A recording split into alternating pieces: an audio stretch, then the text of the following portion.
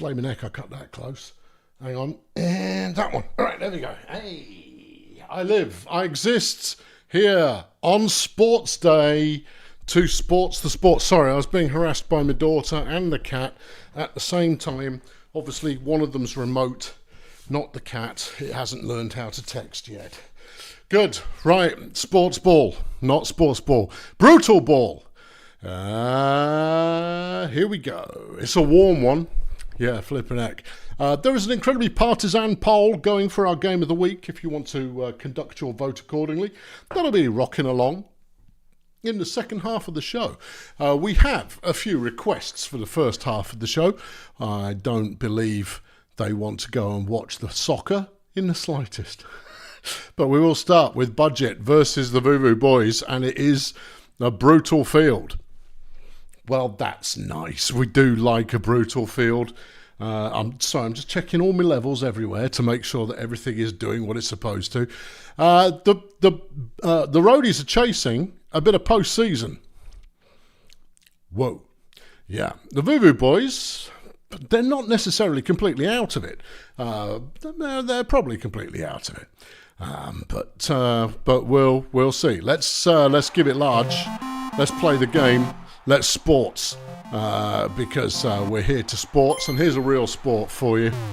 Yeah, if they fall over in this game, it's because they're dead. Right, here we go. Stochastic there with the deflection as the Voo Boys had first possession. Hieronymus lackluster though, nice catch. Off the pass from Gonzalo Laurie, who the head coach has decided to play at quarterback. Has done a pretty good job so far. Here comes Tanclart.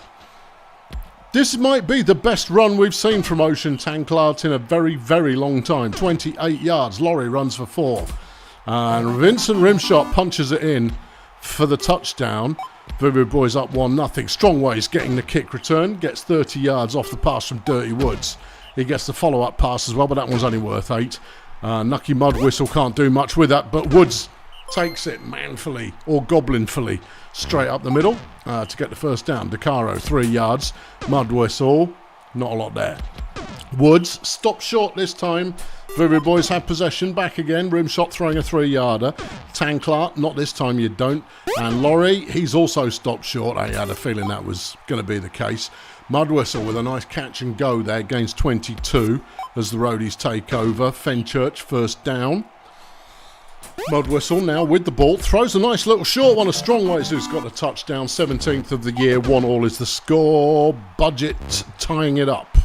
3rd and 4, Gonzalo Laurie, he doesn't get the blocks and he doesn't get the first down, but they've given him another go, which is very charitable.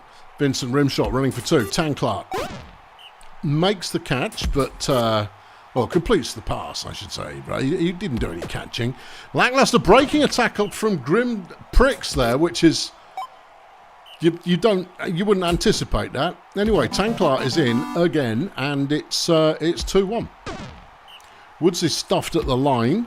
DeCaro runs it a little bit, but can only gain 3. Mudwhistle is optimistically charging ahead, but only gets 6. A sack comes in from Capsicum Disco. Ocean Tanclart gets just 1. Gonzalo Laurie on 3rd and 12. Completes the Tanclart, who breaks a tackle for the first down. Ways with the tackle for loss. The coverage for Budget is just a little bit too forgiving at the moment, which is allowing the Voo Boys a bit of an easy go of it when passing. Although saying that, Woods just made a deflection. He didn't deflect that though, did he? No, that's 3-1. Well, coming back from 2 scores down, it does happen, but it's not common. A change of events can occur, but as often as not, if you've gotten 2 scores ahead without turnovers being largely responsible, then you're gonna have a tough time of it. That's a lovely bit of running from Woods there. Gains 13 yards. DeCaro flips it to the sideline west. Attacks Stochastic.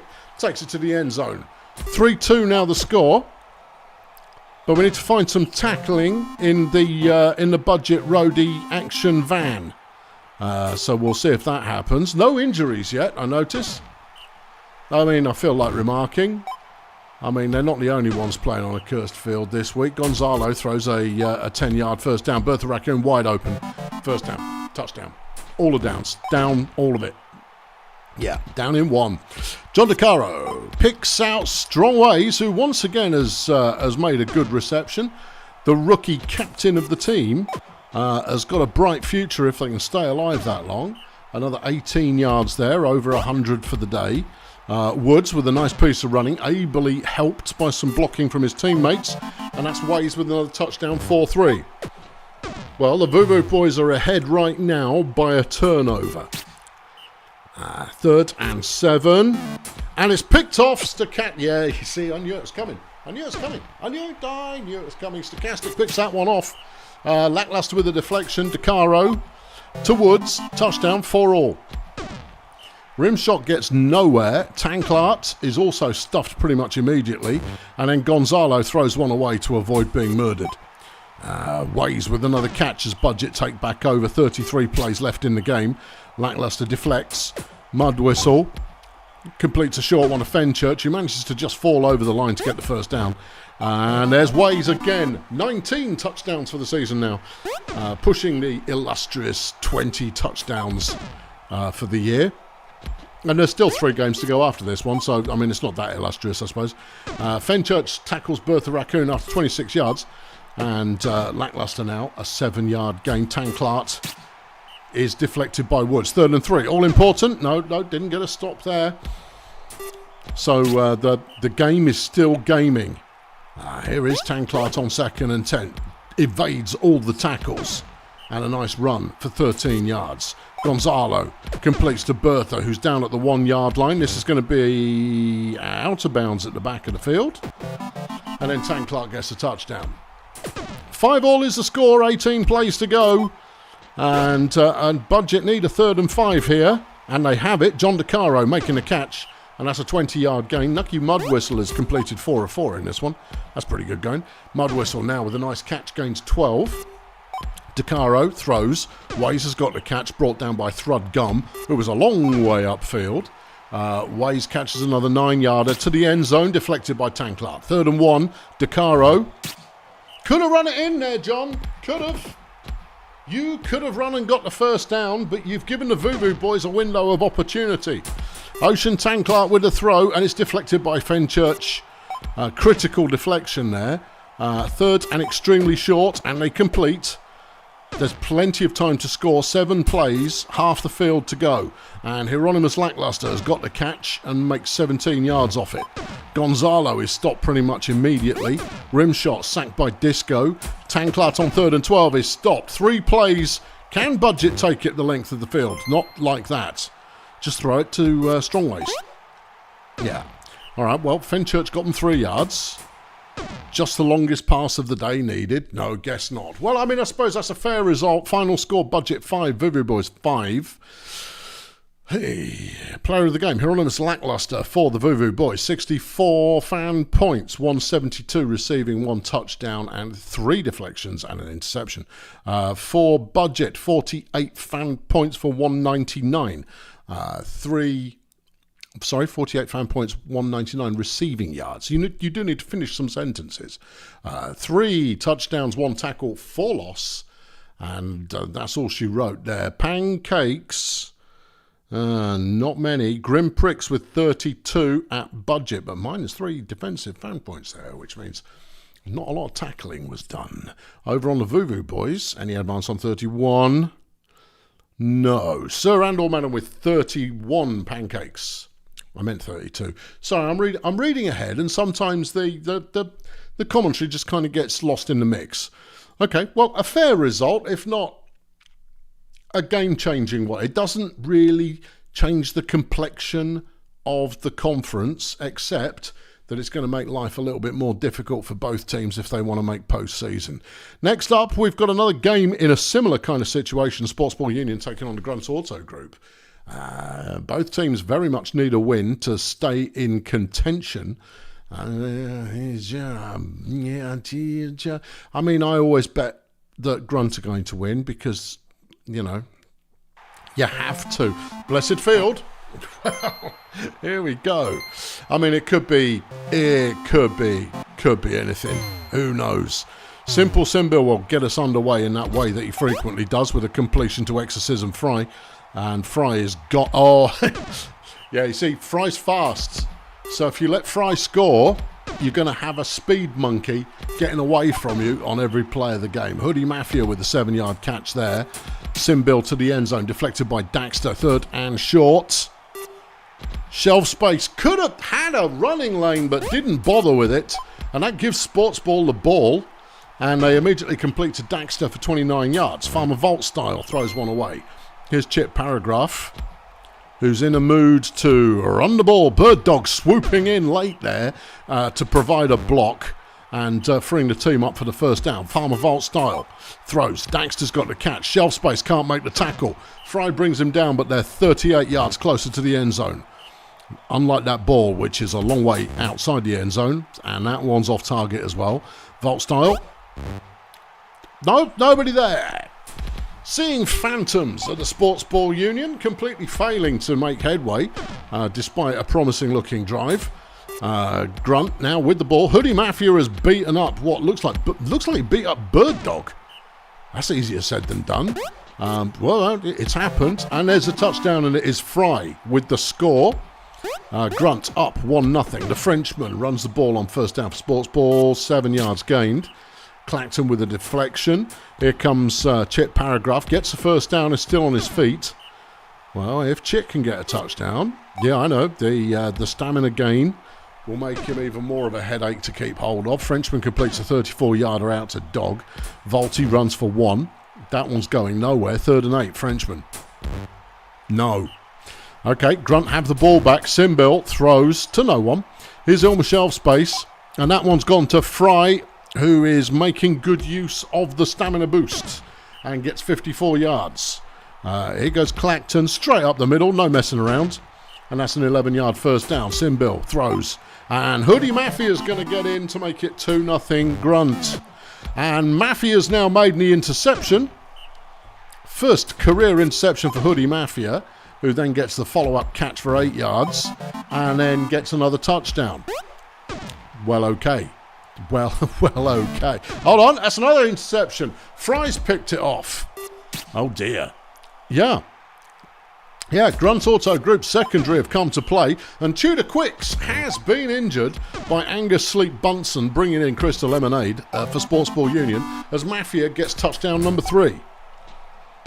Daxter with a catch can gain only 5 yards. Farmer Vault style throws out of bounds. 3rd and 4 for Sportsball, and that one's deflected by Frog Plots. Simbil throws. Mafia first down, 13 yards. Shelfie chucks a little short one. It's caught. It's only worth 4. And there's another interception. Chip Paragraph. Blimey. Chip Paragraph's positively ancient. Well, probably not. But that's his first career interception. And Sportsball have the opportunity to just keep the door open ever so slightly. Although at the moment, Grunt are busy jamming their foot into it by repeatedly slamming the door. Bird Dog gets them down to the 1 yard line, and the Frenchman's in for the touchdown to make it 4-1. Well, the way that turnovers have been so far, I wouldn't want to rule any result out, but Grunt very much in the driving seat, and that's not a pun. You can get over it. Shelf Space completes to Fry for 27 yards. Clacton, good running. Down at the 1 inch line. Simple Simbil to the end zone. Fry, touchdown. Well, halftime rolls around. It's 5-1 to Grunt Auto Group, and they look pretty good. Sportsball are down one of their starting linemen, and at the moment they are being outplayed.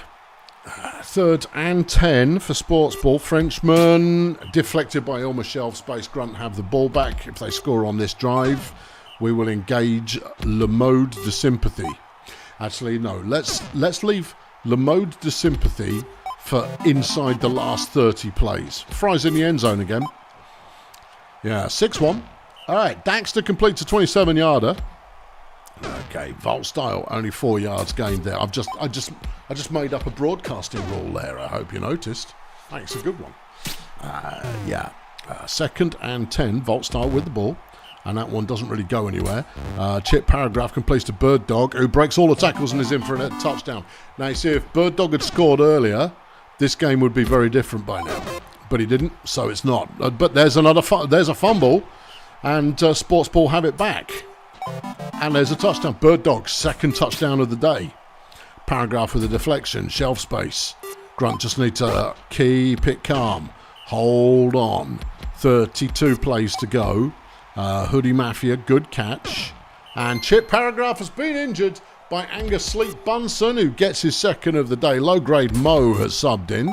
Now, Mo's a decent player. I don't know why Mo wasn't starting, but I think they might be playing low-grade Mo in the line. Hoodie Mafia, touchdown number 4, 7-3. That's a fumble. Who's got the ball? No, Sports Ball managed to keep hold of it.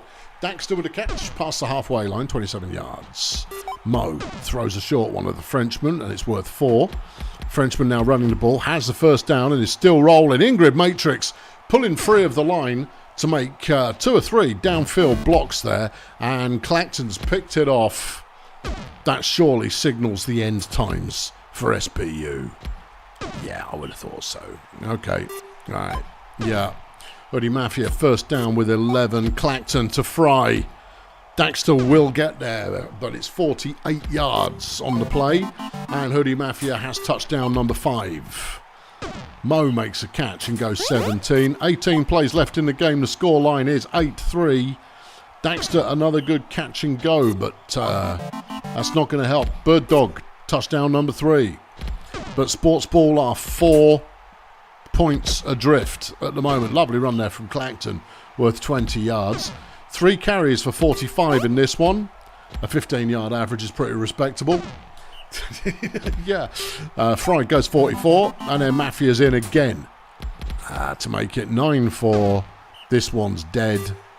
You can very much tell it to rest at ease, and that means that Grunt are now 2 ahead of Sports Ball in the run for a wildcard spot now. And I mean, it's not going to guarantee anything, but I mean, that's not a bad place to be. 9-5 the score, 3 plays to go. Daxter finally got into the end zone, but that's not gonna change the winner in this one, as Hoodie Mafia wants to take it to 10 but doesn't manage it. Final score: Grunt 9, Sports Ball 5. Hoodie Mafia player of the game with 75 fan points, 292 receiving, 6 touchdowns and an interception. Tied with Clacton Express, who also had 75 fan points, 165 passing. Rushing takes them over 200 yards in total. 4 touchdowns, 3 deflections, 1 interception. Result. For Sports Ball, Chip Paragraph, who got carted off, but still managed 52 fan points to be best on the team. Only just cracked 100 offensive yards, but 1 touchdown, 1 sack, 2 deflections, 1 interception. For the team, Pancakes, Chunk Olympics with 22 for Sports Ball, while over at Grunt Auto Group, Angus Sleep Bunsen put up 58, but that's nothing because Activity Tallahassee did 55, and then Frog Plots did 65. Well, this game was only going one way then, wasn't it? Yeah. You can't have that kind of pancake disparity. That's a great player name. And expect that to hold solid. Right, that's all the urgently requested early doors games behind us. A late game, though, Beekeepers is one of 2 requested late games. So let's move on and look at Cheerio Incorporated versus the Bumson Medics. Neither of these teams are going to the playoffs. But can Bumson get a win? Well, now is the time for them to experiment with lineups to see if they can find something that might be moderately effective. Yeah. I mean, you never know. There's probably a moderately effective lineup in there somewhere. It's just a case of mixing it around until you find them. Anyway, Tone Penta with the first play of the game completes a 9-yarder for the Medics. Anubis Python gains 2, and then they throw one away. Tone Penta on 2nd and 10. Good run, 12 yards. Here comes Python again, who's wearing the captain's armband. Might even be their first start. No, they've got 92 yards this season. Oh, steady on. 2nd and 1. Penta throws an interception at the line, and it's Indecent Gary who's picked it off. And he's got a nice first down. 7 interceptions in his career for Gary so far. Tommy Keys making a move. Gains only 2. Rosemary busted, though, is stuffed at the line, and the Medics have got the ball back. Penta, 4 yards gained. Unremarkable. But Python makes it a first down. A 14-yard gain. Good blocking was on that play. Agility bum rate. Good catch. Down after 32 yards. And the Medics are well upfield at the moment, but they've got to stay focused. Python completes to Egon Sanction touchdown. Bumson. 1-0. It is a blessed field. So every score matters just that little bit more. Just a little bit more. Yeah. Okay. Ras Firewall gets a catch for Cheerio. And Rosie Busted runs it for 3. There goes Firewall again. That's another 3. And that is a touchdown. Yeah. I'm reading multiple things at once. T-Bone, your game of the week. There can be nothing more important. Don't tell me you're going to go and watch the pretend injured people and their disappointed fans as England completely failed to score apart from set pieces because they are brutally disappointing. 2nd and 9. They always are. I don't even need to watch the games. I know how they play. Scooter runs it for 4. Bumson in possession right now, but the scores are level on 1-1. And that's Tone Penta making 17 yards. Python goes up in the middle for 1. Here comes Scooter.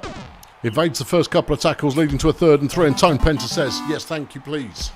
And that is a touchdown. 2-1 Medics.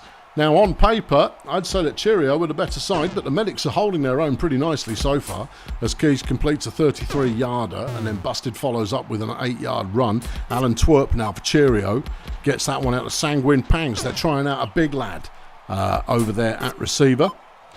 Well, they're doing 2 big lads at receiver. Would I watch if they were in the final? No. It's not a sport I care about even slightly. Scooter. And it's a 15-yard run for Scooter. Scores level once more on 2. Here comes Anubis Python. And that's another run. And it's 18 yards gained. Scooter Boam completes to Egon Sanction. And it's another touchdown for Bumson. 3-2 now the score. Sanction getting his 2nd of the game, making him even more excitable. Alan Twerp goes 26 yards. Tommy Keys on 2nd and 10, nothing doing. Rosemary busted on, makes it a 3rd and 10, but then they complete to Firewall, who's managing to fight off the coverage quite well. Probably because of an immense weight difference. Keys goes 13 on the ground. Busted picks up another 1. 2nd and 8, Twerp to Keys, to the end zone for a touchdown. And as half-time rolls around, it's a whole new ball game. Penta goes no yards. Python gets only 3. Scooter, a 9-yard gain. Penta. Still Penta. He's still going. And it's another first down. Okay. All right. Scooter with the throw, and it's completed to Sanction. All right, I'll put you on next then. Penta is running. And Tone Penta's had a pretty good game so far. Would you say revelation? Oh, steady on. A Scooter makes it 4-3 Medics. And this one could go all the way down to the wire. And we kind of like that. Tommy Keys, stuff behind the line, makes it 2nd and 11. Busted is deflected by Penta. Twerp is deflected by Bumrake, and the Medics have an opportunity. Tone Penta runs the ball and then fumbles the ball. That's that opportunity dead in the water then. Keys has recovered the fumble, having forced it himself as well, because he's Tommy Keys. Keys now running the ball. Keys running the ball. Busted. Completes to Pangs. No, defender will get there. And Pangs is in the end zone. It's a 32-yard touchdown to make Pangs his 4th in his career. 4-all, 33 plays left in the game. Bumson having thrown away a golden opportunity. Well, was it though? Well, they've thrown that one away as well. Well, yes. Okay, Cheerio now with a golden opportunity. Keys can find no purchase in the middle of the line. Rosie busted there, doesn't get the first down either. So Bumson managed to keep the we got the ball first advantage. Bumrake there going for 14 yards. His Scooter to Penta, touchdown. Alan Twerp runs for no yards. Bumson are up by 1 with just 20 plays left in the game. Keys catches for 2. Here's Twerp. And that's an 8-yard gain. 2nd and 1. And it's caught by Pangs. Scooter's trying to guard the troll, and it's just not. It's not giving, not even remotely. 2nd and 10. Alan Twerp for Cheerio. And it's a good hustle there from the little guy to make 14 yards. Keys, another good pass, and the end zone is right there, and there's the tying score. Now, Bumson have a good clock position if they can take it the length of the field. Anubis Python goes 3 yards. Scooter going to get only 1, and now Cheerio have a good clock position and good field position. Yep, and Raj Firewall's going to get them a first down with 19 yards. Busted.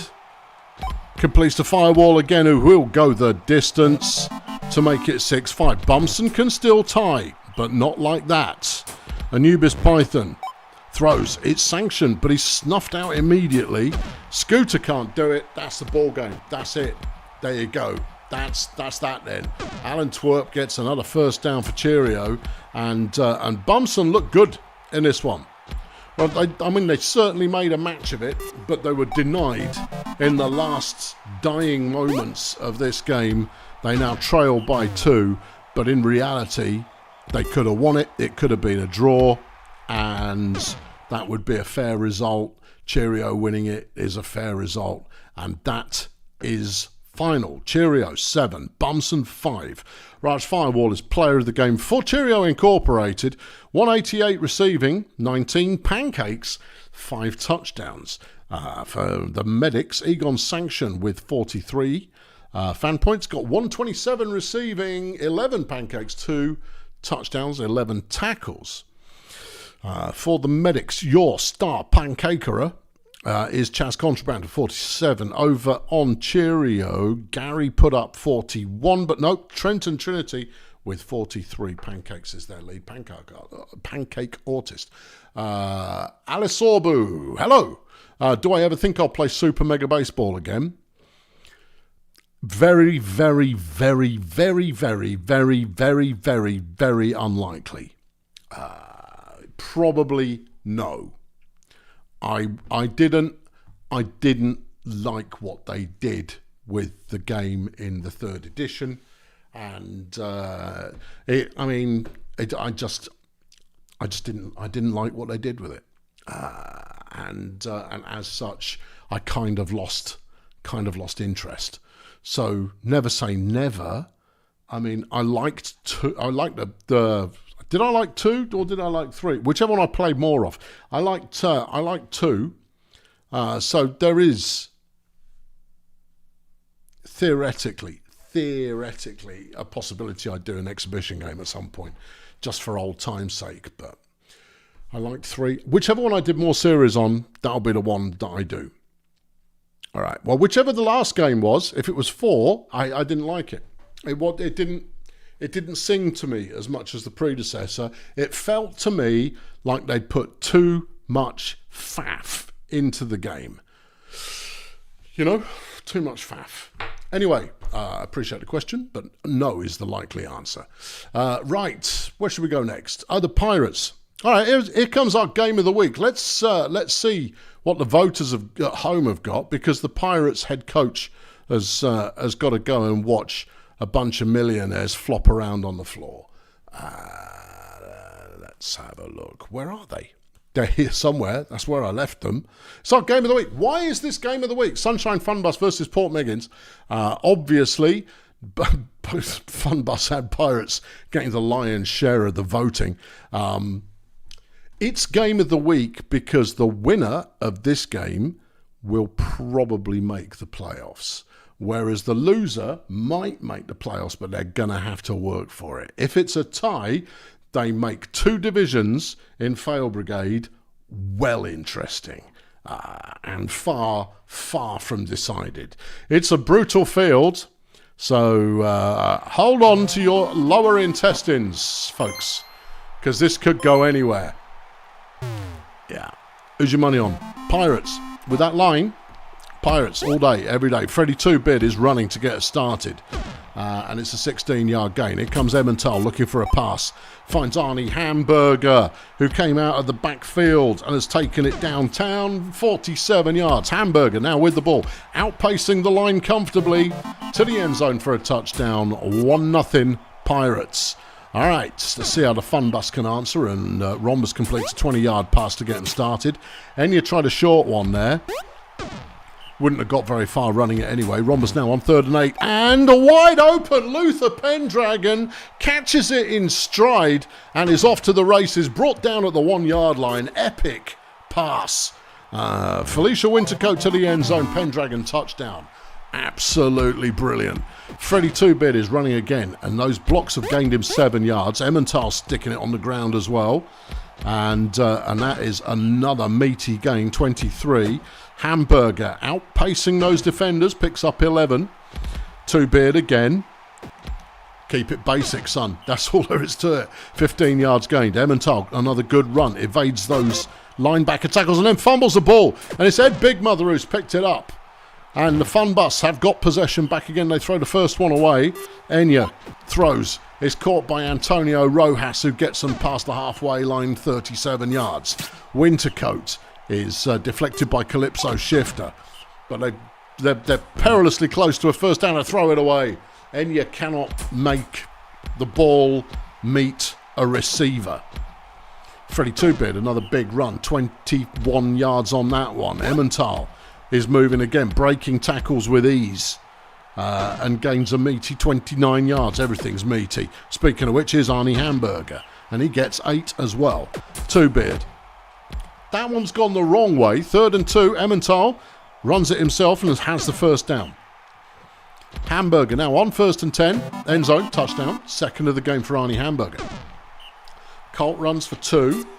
Pirates currently leading this one 2-1. Both teams playing well. I think in terms of performance at the moment, the Pirates' offense is looking mighty. Outdo Mikey Power Tools. No, but Four Fingered Owls came close with 62 and Kofi Molotov came close with 54. That's a hell of a line. I mean, the Pirates' line is terrifying. Terrifying. Yeah. Okay, right, there you go. So that was a YouTube outage. The stream never stopped, so the replay will be viewable. FYI, don't ping during a stream. Nice one. Cheers. Yeah. Or cheer, singular. One single cheer. The stream never stopped. But YouTube, see, a 502 error, that's a problem with the website. That's not a problem with the streamer. That's the website having a seizure of some description. Why? Anyway, you just missed an absolute banger of the game. It's well worth watching, even if you already know the final score. Absolute excellent game. I can't praise it highly enough. Right, let's go and find one we haven't played yet. Who are these? The Picks Creek Miners are taking on the Grazer Ridge. And the Miners should walk this comfortably, especially since Grazer Ridge have not submitted a team this week. And the Miners are chasing a bit of post-season action. Yeah. Okay.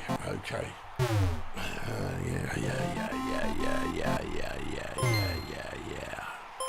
All right, Rufus Paper Trail is going to get us underway for Grazer Ridge. Yep. And he's immediately sacked by Pamela Mustard. Here comes Girded Fang, giving it a try as well. And it's her first down. Melvin Glitch now tries a bit of a run. It's only worth 1. Paper Trail looking for a receiver. Finds Patler Duplistus. We've got a downed player there. Looks like only an injury. Yep, Hunt Bogus has been taken out by Pat Duplistus. Justine Vanderpoel has subbed in for the Miners. And she immediately makes a tackle on the next play. Glitch runs a 5-yarder. Paper Trail goes nowhere fast. 3rd and 4. Fang has fumbled the ball. Someone's going to get it. And it's Rufus Paper Trail who manages to secure the first down in the process. And somehow Grazer Ridge is still rolling. And there's Joe Stein-Baffle picking up the touchdown to make it 1-0 Grazer Ridge.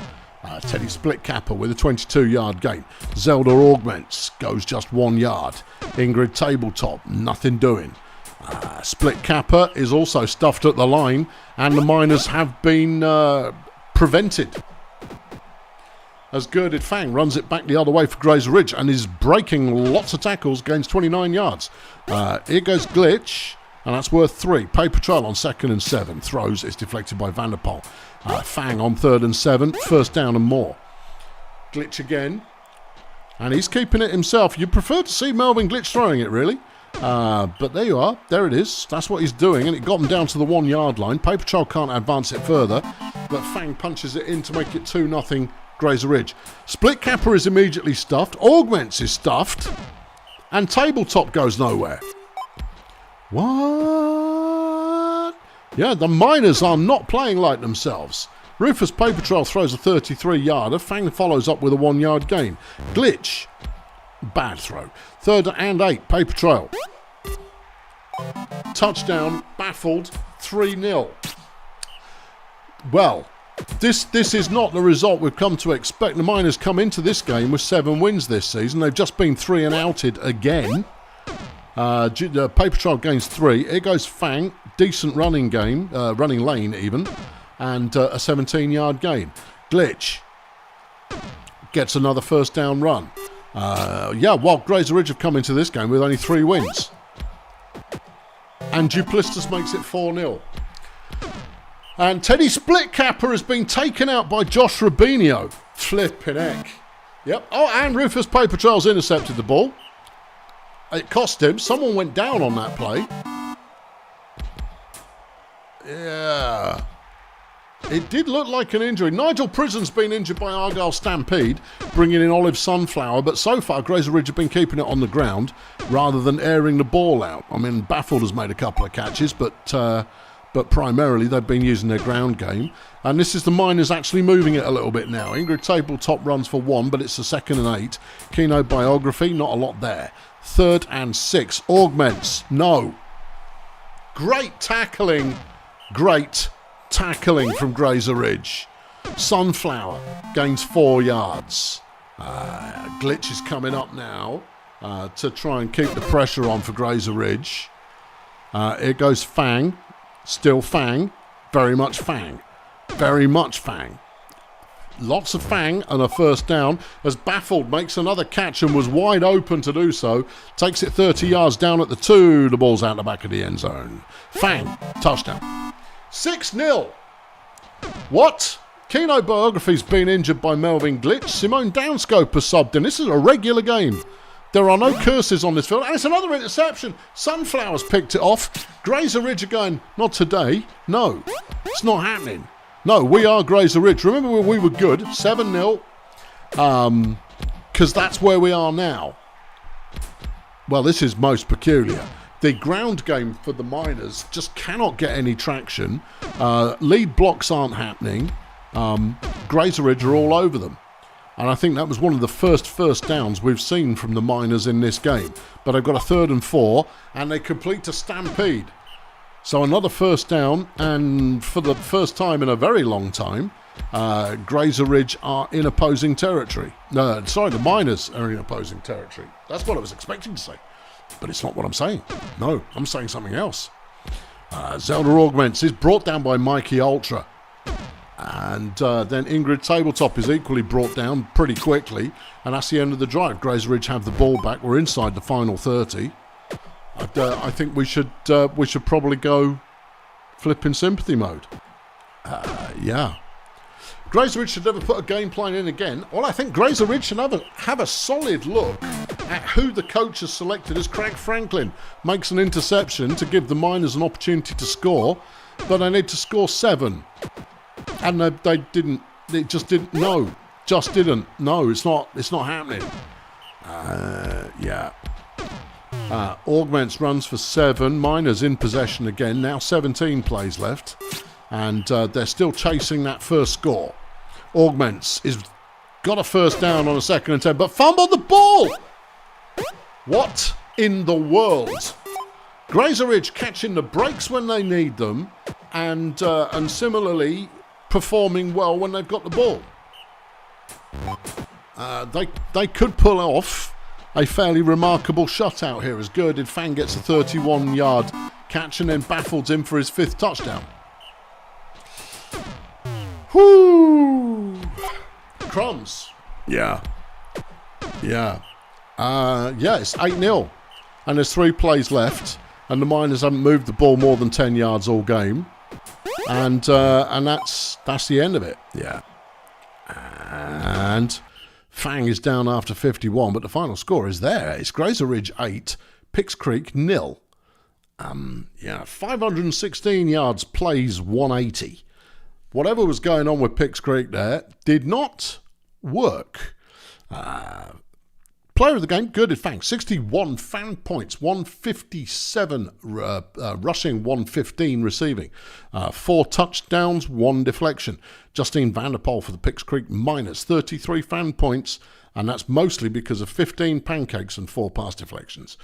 Pancakes for Picks Creek, 24 for Crag Franklin, whereas Grazer Ridge... No, really? Yeah, no. Joe Stein baffled with 6. So that was an all tackles result there from Grazer Ridge. All tackles all the time. If you are missing bits of the game or games, plural, I'm getting 0 errors on the way up, which means that after the stream is done, you will be able to review it when YouTube stops having a seizure. Because wherever I'm sending it, it's been received. So there's that for you to appreciate with your own self. Apologies for any technical outings, but blame the multi-billion-dollar corporation, not the individual young man doing a good job at keeping it going, despite everybody just going, "Hey, it's broken!" all over the place. Because I have to monitor every chat. And I just keep going, "It's broken." It's not broken, it's working just fine. It might be broken for you. Right. What games have we done? So here's a recap, the story so far. Cheerio, 7, Medics 5. That was good. The Medics almost had it. Almost there. Miners 0, Grazer Ridge 8, just played. That was astounding work there from Grazer Ridge. Also, previously on this stream, Grunt Auto Group stuffed Sportsball Union 9-5, probably putting Sportsball out of the playoffs and giving Grunt a very strong shot at a wild card spot, if not better, because they're not that far behind. And then finally, the Sunshine Fun Bus. That was a great.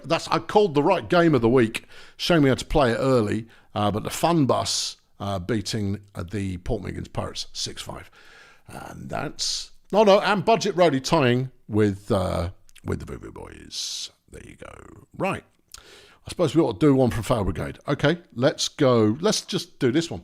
Nomads versus Failurewood. Nomads obviously haven't put in a game plan. C'est la vie. But Failurewood very much needing to find their way back to throwing the ball to Julio on every play. I'm not saying they can't win any other way. It's just, why would you even try? You've got Julio. You don't muck about when you've got Julio a la carte unless you want to sell him to me. Wheel spin gold for Failurewood. Looked around for someone to throw to, couldn't find anybody. Michael Angelic is brought down short on 3rd down, giving the Nomads the ball, and Kim Selector has got him a 27-yard gain immediately. They've then thrown to Ezekiel Zamboni, who steps out of bounds at about the 2. Merry Aluminium can't go anywhere. Joey Bugouts to Kim Selector for a touchdown, 1-0 Nomads.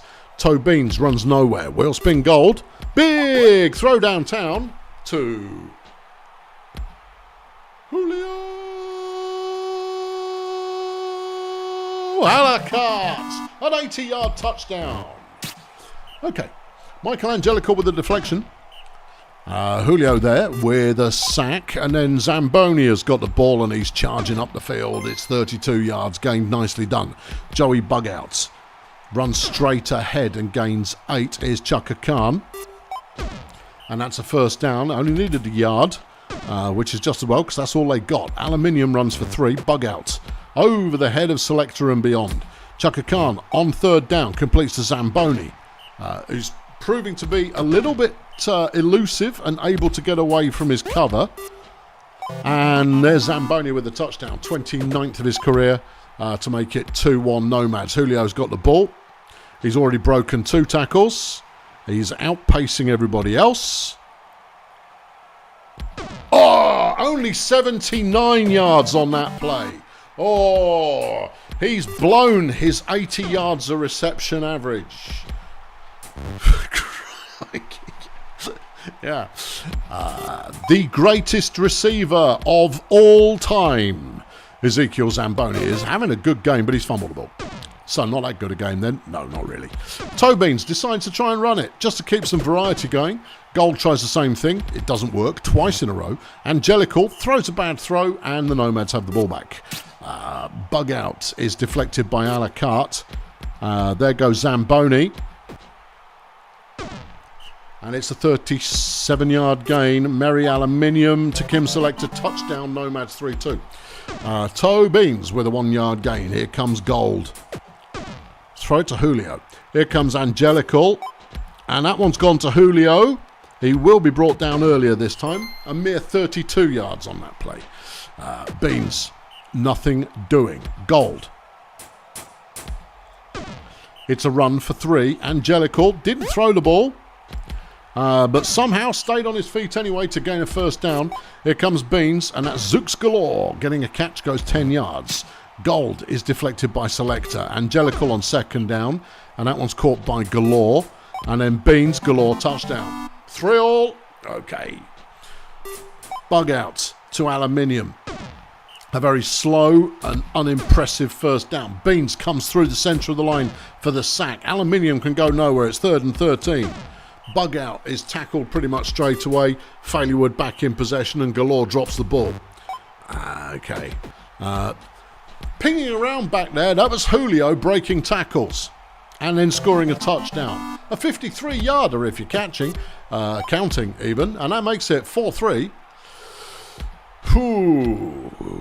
Yeah. Zamboni gains 54 there. He's having his game of his career at the moment. Chaka Khan completes another 19-yarder. Aluminium looks to the end zone and there's no one there. Bug out. That one's complete. It's Zamboni for the touchdown. 4-all as we hit half-time. Shut up, Jeff. Right. Yeah, no, the game's on, mate. It's that simple. Wheel spin, throws, Galore with the catch. First down, Failurewood. Angelical. And that's a good throw, and it's caught again another 15 yards. That one's caught by Wheelspin. Gold had to dive back behind the line to make that catch. Gained only 5 from it, but it's miraculous they gained anything at all. There goes Zooks. Touchdown. 5-4 Failurewoods. Angelical with a deflection. Chaka Khan throwing, and it's caught by Selector, but it's 3rd and 1. And what's Aluminium going to do with it? Get it deflected by Toe Beans. Okay. Shut up, Jeff. Right, if that means sitting up here, so be it, but you will be silent. Right. Zooks gains 5 yards with the catch. Beans gets another 9. Failurewood charging once more. 2nd and 10. Angelical. And it's Wheelspin Gold who'll get the touchdown. Okay, why are you covered? Oh, you've been in some bush that you shouldn't have been in, you dingus. Right. He's got flipping sticky buds all over him. Who's in possession? Nomads. It's a 3-yard gain. Bug out goes for 1. Chaka Khan on 3rd and 4, managing to convert. And that's a 17-yard gain. Zooks Galore makes a deflection. You're absolutely coated in them. You absolute spanner.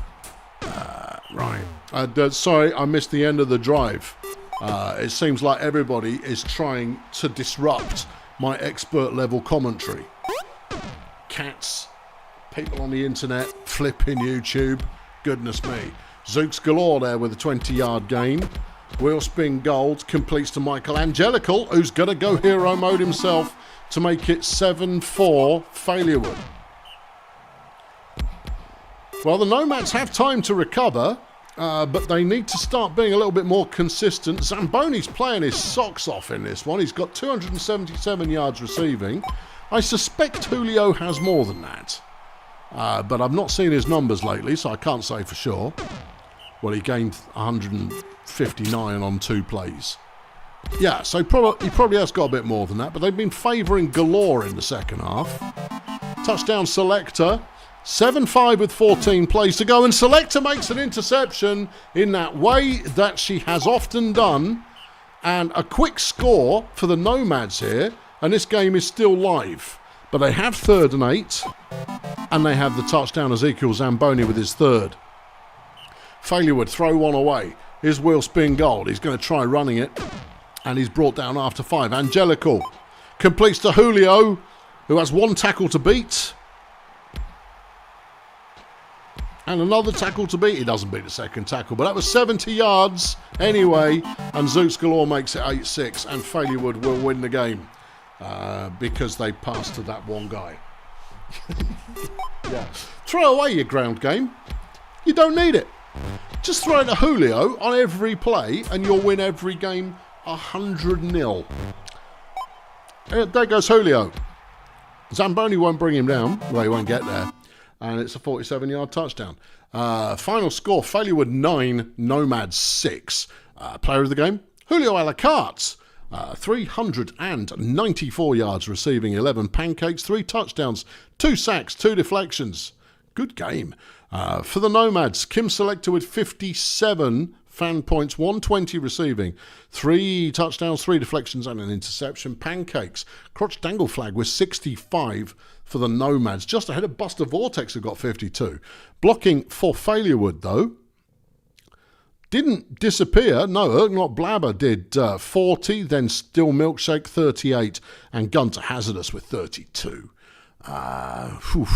It goes to show, if you've got a Route 1, use it. Don't be ashamed of using Route 1. It's called Route 1 for a reason, and that reason is it's really good. It's very effective, and you should probably use it repeatedly. Right, back to the top end. Right, let's clear off this one from the first row. Blood Pit are taking on the Beekeepers.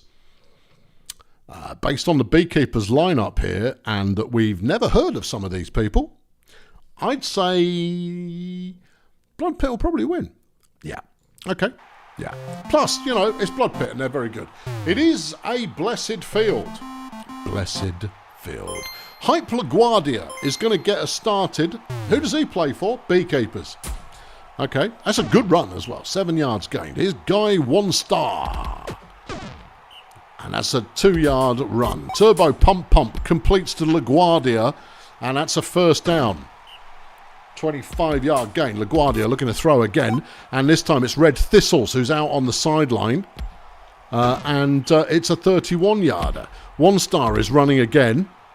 And he's gone the distance. 1-0 Beekeepers. Tiger Styles takes over for Blood Pit and is not tackled quickly. But is injured immediately by Joe Champoon. Frank Foley has subbed in.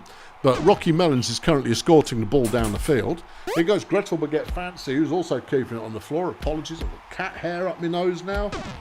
And Gretel goes 34 yards. Foley, touchdown, 1-all. All right, LaGuardia looking to pass.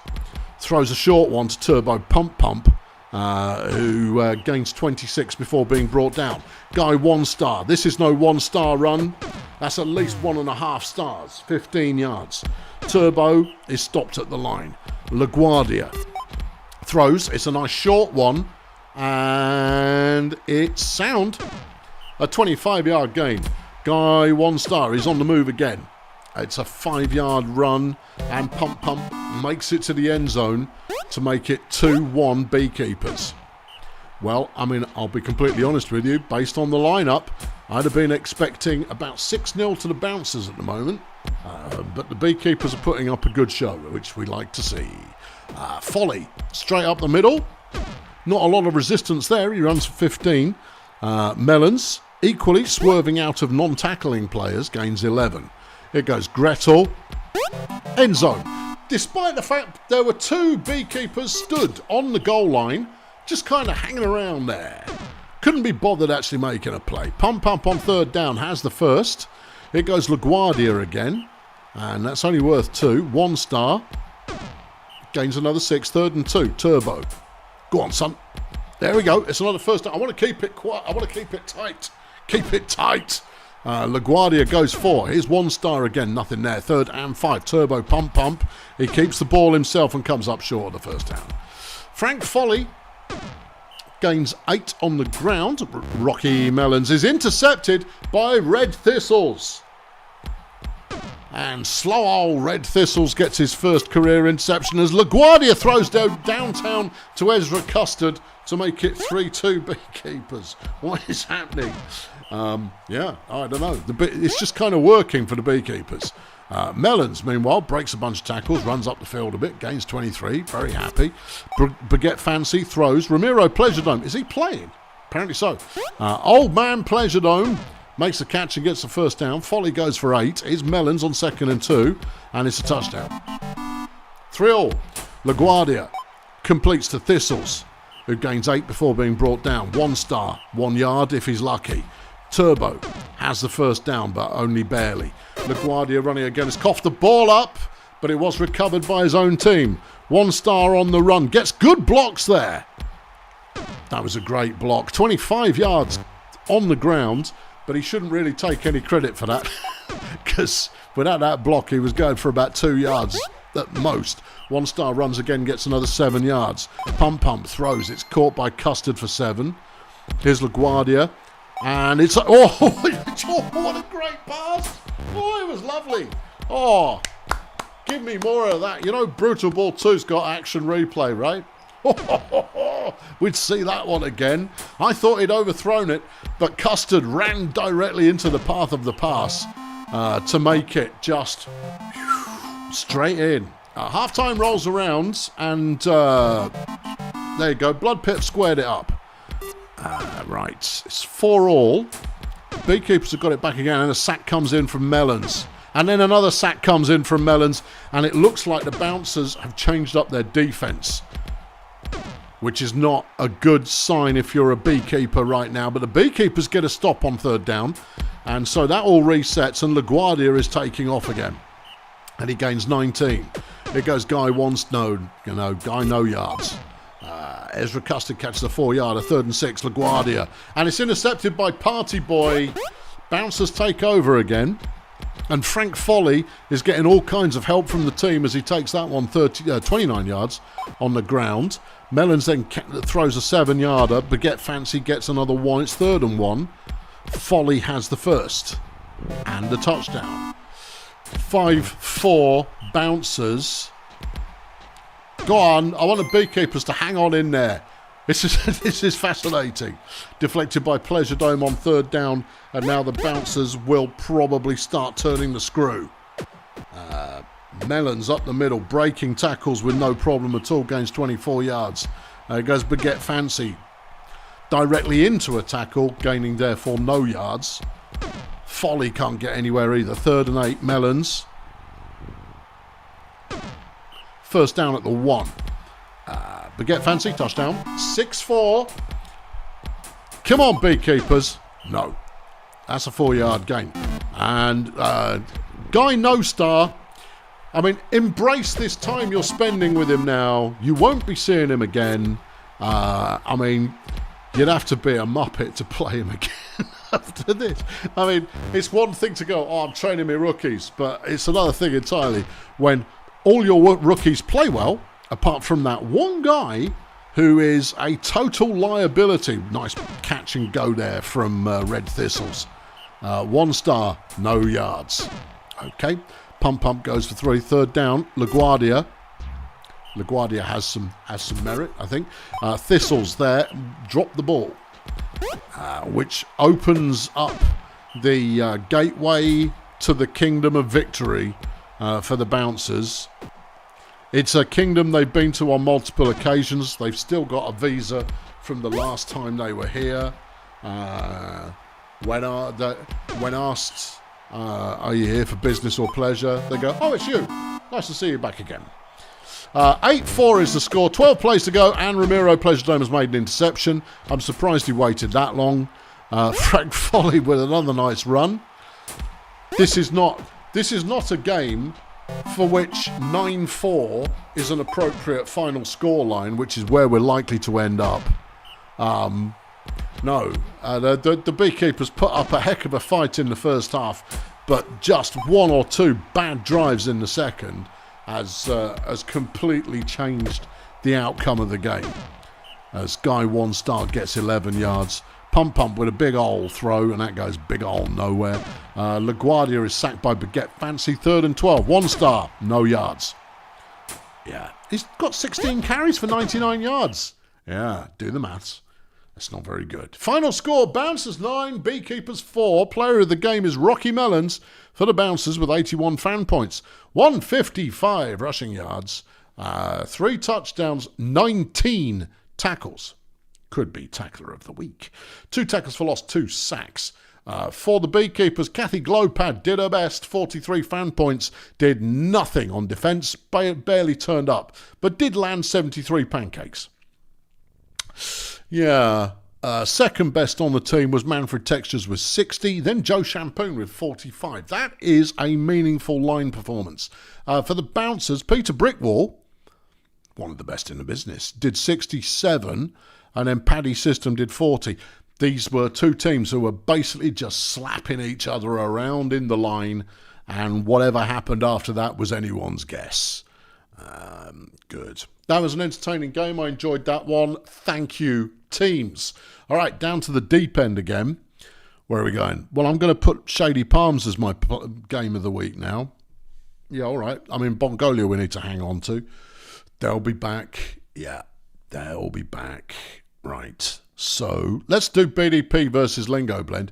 This could be one-sided. At the same time, however, it's a cursed field.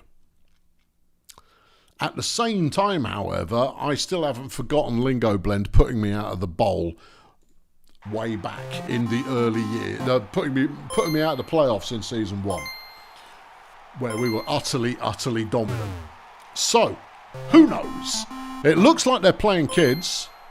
Balrog Strats and Slippy Exodus both getting a play today. Lonesome Coil runs on first down and gains 4. Slippy Exodus goes 4 as well. Ray-Ban Benefits can't convert the first down. Here we come.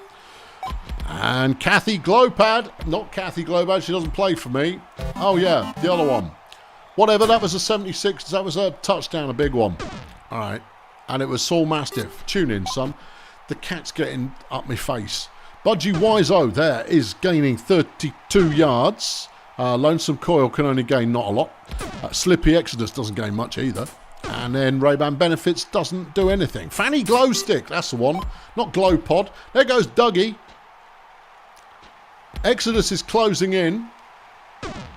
And it's still a 51-yard gain. Gorgeous Leonard with his first touch of the game goes 7 yards. Here comes Big Steve. He's running. There's an injury on the field. As Steve gets a touchdown. And Zimski Tabulate has been taken out by Diego ASMR.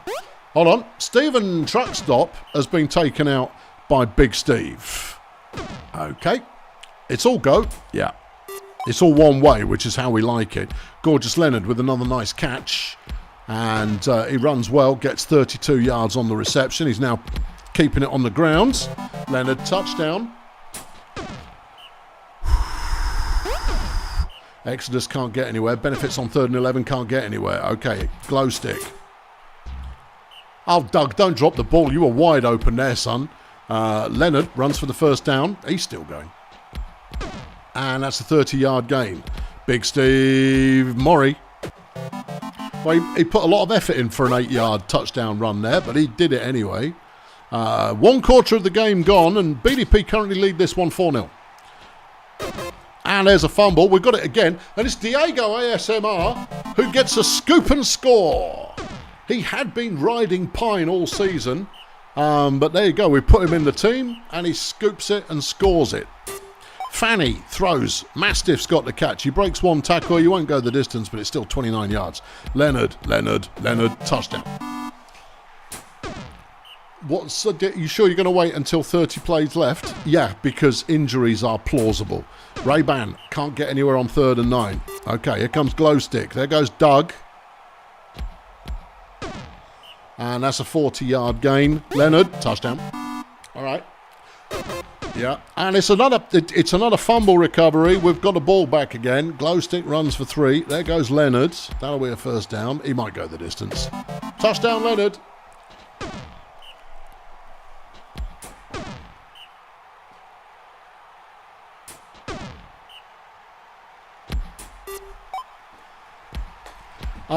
Yeah.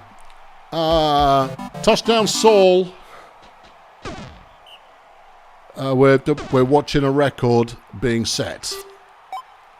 It might not happen, but at the moment, this is record-setting pace. I mean, it's not a fair game in the slightest, but hold on. Lingo Blend. Amazon Rice making a hell of a play. It's half-time, it's 9-0. But half-time changes things up. Lonesome Coil can't get it. Slippy Exodus can't get it. Ray-Ban Benefits can't get it. And now we're going back the other way. Steve's got a catch. What's the record score on offense? It's 13, isn't it? Yeah. I mean, look, there won't be any gloating other than flipping heck. This is what happens when a good team puts in their A-team, almost my A-team, rotational A-team, against a team who are playing also Rans. Yeah. You had your chance. Now stay there. All right. Okay. Current score 10-0, but there's only 36 plays left. BDP have slowed down significantly. There goes Mastiff. And that's a 61-yard gain. Leonard is stopped short of a touchdown, so Steve scores it instead. 11-0, and the record is... It's under threat, but it's by no means certain, as Amazon Rice makes another belter of a play. That's a big old gain there, 61 yards. Here's Ray-Ban, completes it again. Budgie's going to score! Lingo Blend, pull one back. The floodgates are open. And there goes Leonard. Yeah. A 28-yard gain. Dougie's got this one. And it does look like Lingo Blend have just picked up a step. 12-1. Okay. Leonard with a tackle for loss. Slippy stuffed at the line.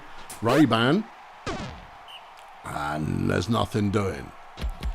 Fanny Glowstick to Doug Conglomerate. Touchdown. 13-1. Okay. Budgie Wiseau. There is 21 plays remaining. There are 21 plays remaining.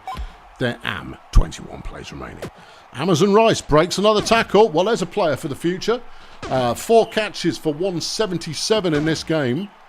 And that's not bad going at all. Might end up representing pretty much the entire offensive output of the team. 48-yard gain for Doug Conglomerate. Leonard throws one. Well, that's unusual. Steve on 2nd and 7. Steve decides to throw one as well. It doesn't go anywhere. Glowstick. It's caught by Doug. 14-1. The only reason I have not activated sympathy is because this is probably going to be a record. And we should never skip records being set. I know it's my team. I would do this for any team if I observed it happening in real time. Leonard can only get 1. Steve's throwing it again, but he's completed to Doug. 15 will definitely be enough, right? Saul. 15. Crikey. Diego gets his 2nd sack of the game. Then Hank Donk comes up with a tackle for loss. And he's pretty much just a blocker. Saul makes a tackle, but Budgie Wiseau there catches for 35 yards. Final score, Bulldozer Power 15, Lingo Blend 1. Big Steve Murray with 122 fan points, unsurprisingly player of the week. Did not crack 100 yards in any one discipline, but did crack it if you combine the 3. 3 touchdowns, 32 tackles. That might be a record. 3 tackles for loss and an injury inflicted. Diego, 101 fan points. Fanny Glowstick, 96. And then Hank with 67, Doug with 60, Saul with 59, Crumbs. Budgie Wiseau, 24 fan points for Lingo Blend. 145 yards receiving. Amazon Rice, 177. Pretty good stuff. Pancakes at Lingo Blend weren't on the menu. 9 from Balrog Strats. At BDP, just 51 from well, based on that result, you would expect more, but 51 from Hank Donk. I mean, I didn't really want to go in curb stomping. That wasn't the objective. But at the same time, I'm not going to ease off on the gas simply because I probably made the playoffs already.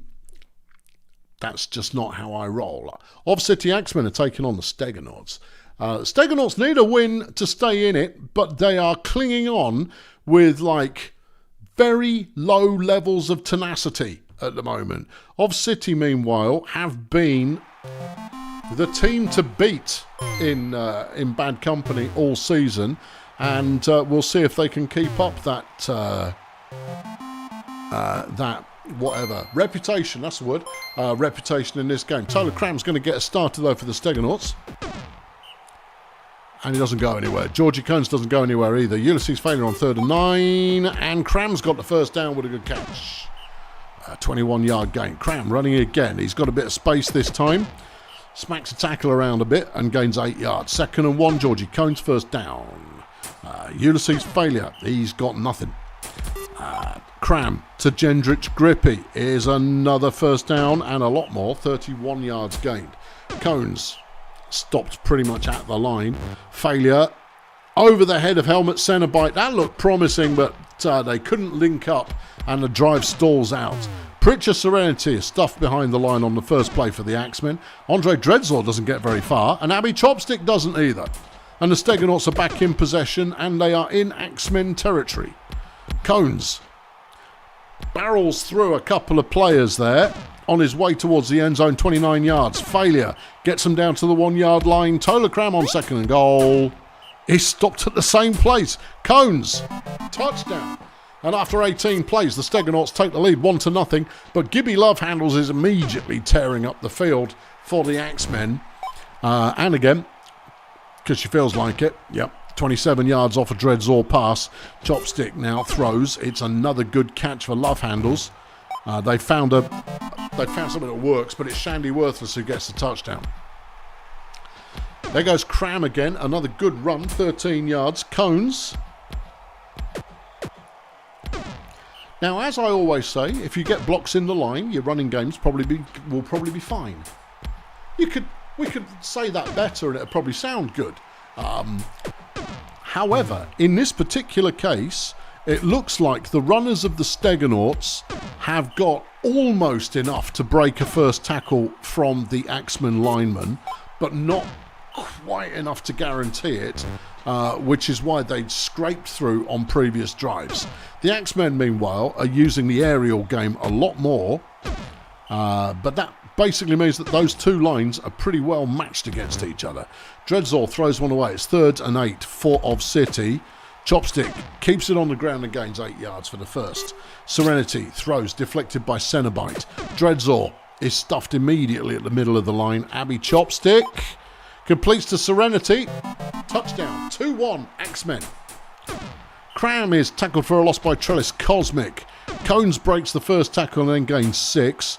Here goes Failure, and he's going to come up short. Only 1 yard on that one. Back to the Axemen again, who are looking to push the lead that they've got already, as Love Handles will take it to the end zone. Gibby Love Handles wearing the captain's ceremonial pamphlet around her neck in this game. Big throw from Georgie Cones, but it was woefully off target, and so it ended up being nothing. Could have been something. The receiver was in the clear, but of course you don't want a moron throwing your passes. And off everything we've seen over the years, Georgie Cones, clearly a moron. Tyler Cram, nice piece of running for the Stegonauts as they take possession back. Half-time rolls around, Stegonauts with the ball, but they trail currently 3-1. Cones up the middle, and it's 7 yards worth of gainage. Failure does absolutely nothing, and it has to be said, over the last couple of games, Ulysses' Failure has been a big 0. He's not had a good game in a while, and early doors this season he was looking like a major threat. Possession changes hands twice, and we're back to the Stegonauts again. They throw it to Jendrich Grippy, which is probably the right move. Cones breaks a tackle, goes 8 yards, 2nd and 2. Failure. This time he's got some space to go. And he picks up 33 yards for the touchdown to make it 3-2. Dreadzor with a pass. It's complete to Love Handles again, who now has another 17 yards for her total in this game. Love Handles once more. Another first down. Here comes Dreadzor, throws it. It's Love Handles again. The coverage there is not working. It's Helmet Cenobite who's trying to keep her covered, and it isn't working.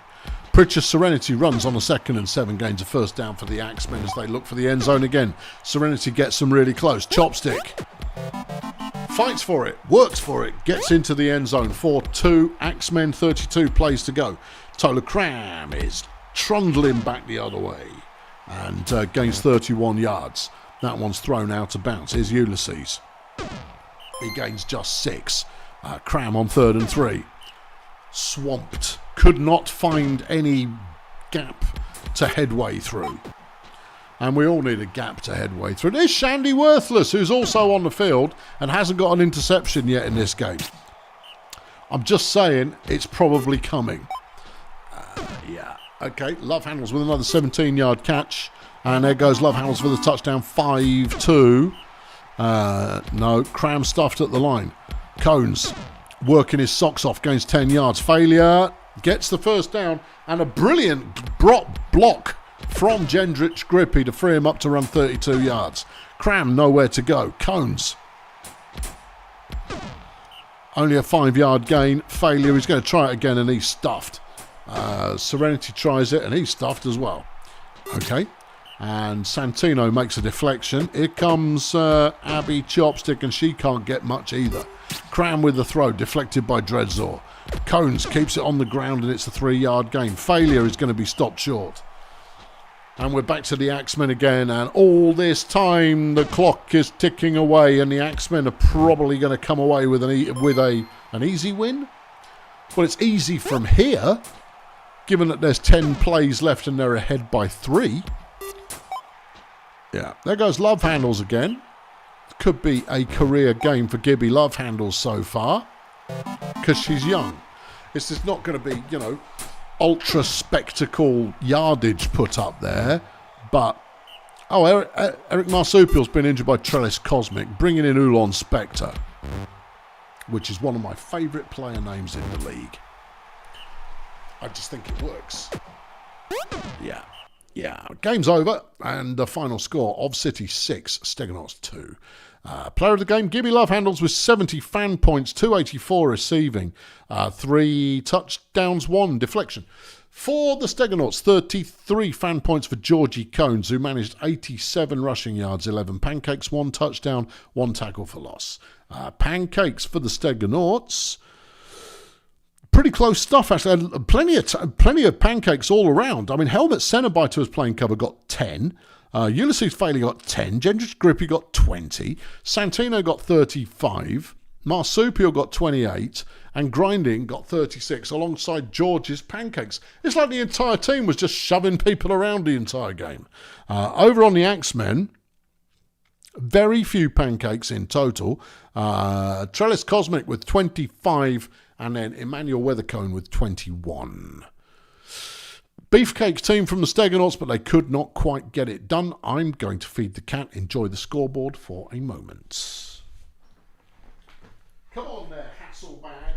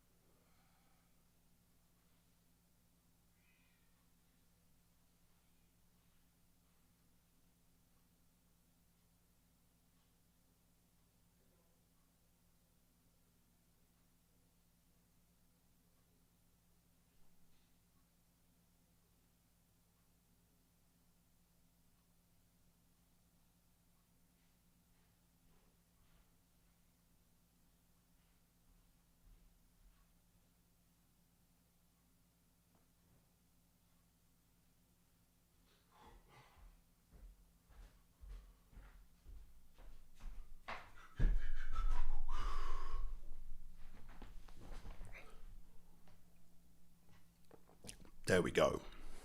Here we are, back again. Right. We're all over the place in terms of who's played, who hasn't played. I've very little idea.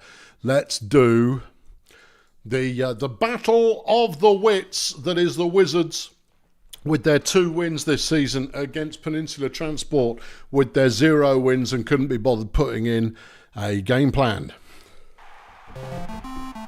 Whoever wins, not a lot happens. Both these teams looking forward to next season, hoping for a solid draft to maybe make things work. Hank Fungible is getting us going for Peninsula Transport. It's a 6-yard gain. Osarian also running the ball. Makes another 11 on a foggy day. Janet Mission looked like she was going to pass there, but thought better of it and picked up 7 yards scrambling. Fungible throws a no-yarder. Sarian on 3rd and 2. Has the first down. We got an injury already. And it's Whiskers Camembert is taken out by Cordelia Benzedrine, bringing in Lenny Luxury. So the Wizards have deployed a starter after putting in an expendable player who starts out with barely any durability at all. Janet Mission is running on a 2nd and 3, and she's down with 1 inch to the end zone. Peninsula take the lead. Hank Fungible makes it 1-0. Tension Soda completes to Lamprey Crankenfoot. Pretty sure it's Crankenfoot. We had this conversation last week. Yeah. Anyway, Soda with the ball on 3rd and 8. Scrambles for a first down, and the Wizards keep possession. Sticky Pierre tackled for a loss. Crankenfoot is tackled for a loss. And then Lenny Luxury breaks tackles but can't make up for 2 sacks. So the Wizards stall out, and Peninsula get the ball back.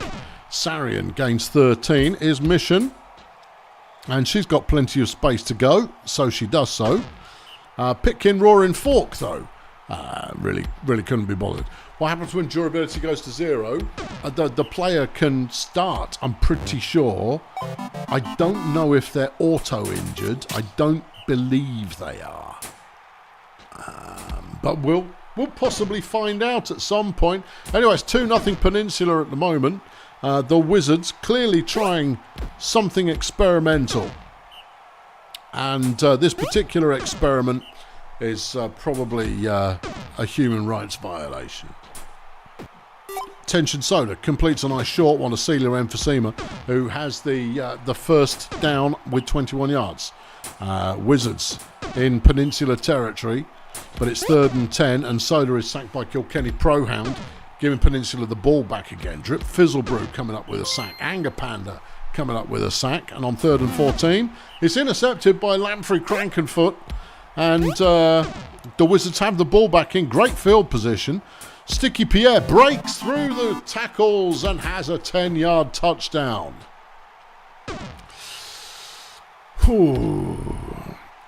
Sarian is rolling. It's a 10-yard gain. Mission also moving it, gains 3. Here's Fungible, sacked by Panda. Sarian now, not a lot there, and the Wizards have got it back. Soda, still Soda, gains just 6. Pierre doesn't gain much more than that, and that's the end of the drive. Fungible back in possession again. He's got a good run there, 17 gained. Sarian looking to pass, but in the fog he finds it hard going. Manages to complete a short one of Bradley Comer, though. Janet Mission goes 9. Is Hank Fungible again?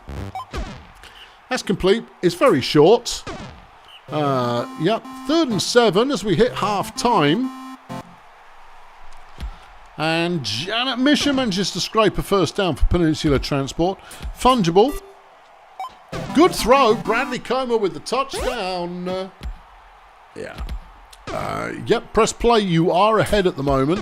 Wolfgang suggests you play your kids. I suggest you put in a game plan. Because otherwise it just says you don't care.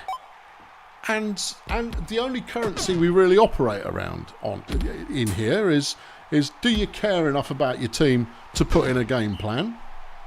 That's kind of important. Anyway, Mission's got the ball, and that's another touchdown. 4-1 now, Peninsula.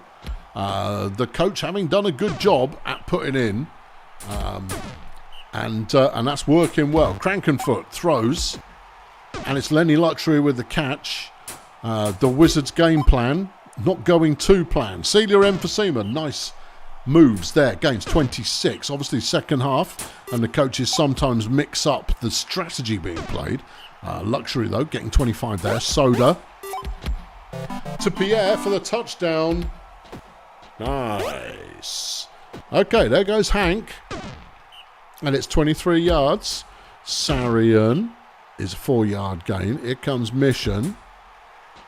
And it's another first down for Peninsula, who do have a 2-point cushion at the moment. And from the perspective of the Wizards, they don't have the right answer. They've got an answer to the Peninsula offense, but it's not the right one. If they can land a couple of back-to-back sacks, they can stall out the drive. But anything less than that, well, who's to say? 5-2 now, but the Wizards are moving the ball reasonably well. Sticky Pierre throwing an 11. Pierre should not be throwing the ball in the fog. He shouldn't be throwing the ball at all. Nope, but there it is anyway.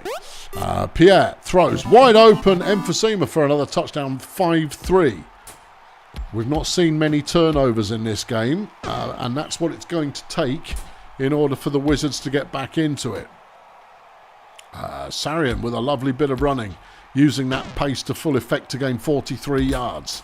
Mission also going around the outside of the line, gaining 6. Fungible's going to get the first down inside the 5-yard line, and Sarian will make it 6-3, and that will surely be enough. You put Pierre in to run it. Yeah, I mean, blame your coach. Blame your coaches are idiots. They are complete fools. Yeah, always blame your coach. Well, if you just use the player properly, you're going to go, I'm just doing what I always do. You put the player in and go, that's not a point. You're an idiot. Pitkin Roaring Fork makes an interception, but it's too late to affect meaningful change in the scoreline. 10 plays to go, and the Wizards still trail by 3. Crankenfoot gains 2 yards on that one. He's got 14 carries this season for 13 yards in total. That's not perfect, is it? That's a little way off. He's almost averaging 1 yard a carry. So, it might turn around. Fungible with the throw, and that one doesn't go anywhere. 2nd and 10. Sarian, who's having a big numbers day on the ground, and it's a 27-yard touchdown. Ego Sarian is a good-looking player who, with the right mix, could break out next year. Final score, Peninsula 7, Wizards 3. Peninsula land their first win of the season. Hank Fungible, 76 fan points, 140 rushing, a further 90 passing. 4 touchdowns, 1 tackle for loss and 2 sacks. For the Wizards, Celia Emphysema with 46 fan points, 100 receiving yards, 19 pancakes, 1 touchdown, 10 tackles, 1 tackle for loss. A good, well-rounded performance there. Yeah. Pancakes at the Wizards. Looks like Pitkin Roaring Fork with 26, whereas at Peninsula Transport, Kilkenny Prohound with 44. Okay, no wooden spoon for Peninsula Transport. Back down the deep end again. What do we like? Wizards Chefs. And then that leaves us with... hold on, let's do KSA Edgeslum. Yeah, there's quite a lot still remaining. Well, I better get a wriggle on. I haven't hit the accelerator often enough. But the games have been close or breaking records. You can't have it both ways. All right, Edgeslum are working off the best plan their coach could come up with. And they complete the pass on first down. LeJam's throwing a 6-yarder, and Kelvin Datebook's been injured by Ron Bongos already. And Bill Saturno is reluctantly in the lineup. And he goes, flaming heck. Herder graduate with the throw, gets it to Raz McClintock for a first down. Here's Saturno now throwing a short one, and it's a 3-yard gain. McClintock completes to Testes, touchdown. Lance Boyler's been injured by Bambi Severe. Chris Turbulence has subbed in for KSA. Severe runs 3. Jamie Boyes managing to fight off a lot of tackles there, gets 11 yards. Lejams is tackled for a big loss. Severe throws. It's Ron Bongos with the catch. And he's fumbled the ball. Chris Turbulence has picked it up. He's come off the bench. He's got it done. Saturno throws. It's Testes with a 9-yard catch. McClintock deflected by Bongos. Graduate is stopped for no gain. And Edgeslum take back over. But they're not going anywhere. No. Boys on 3rd and 12.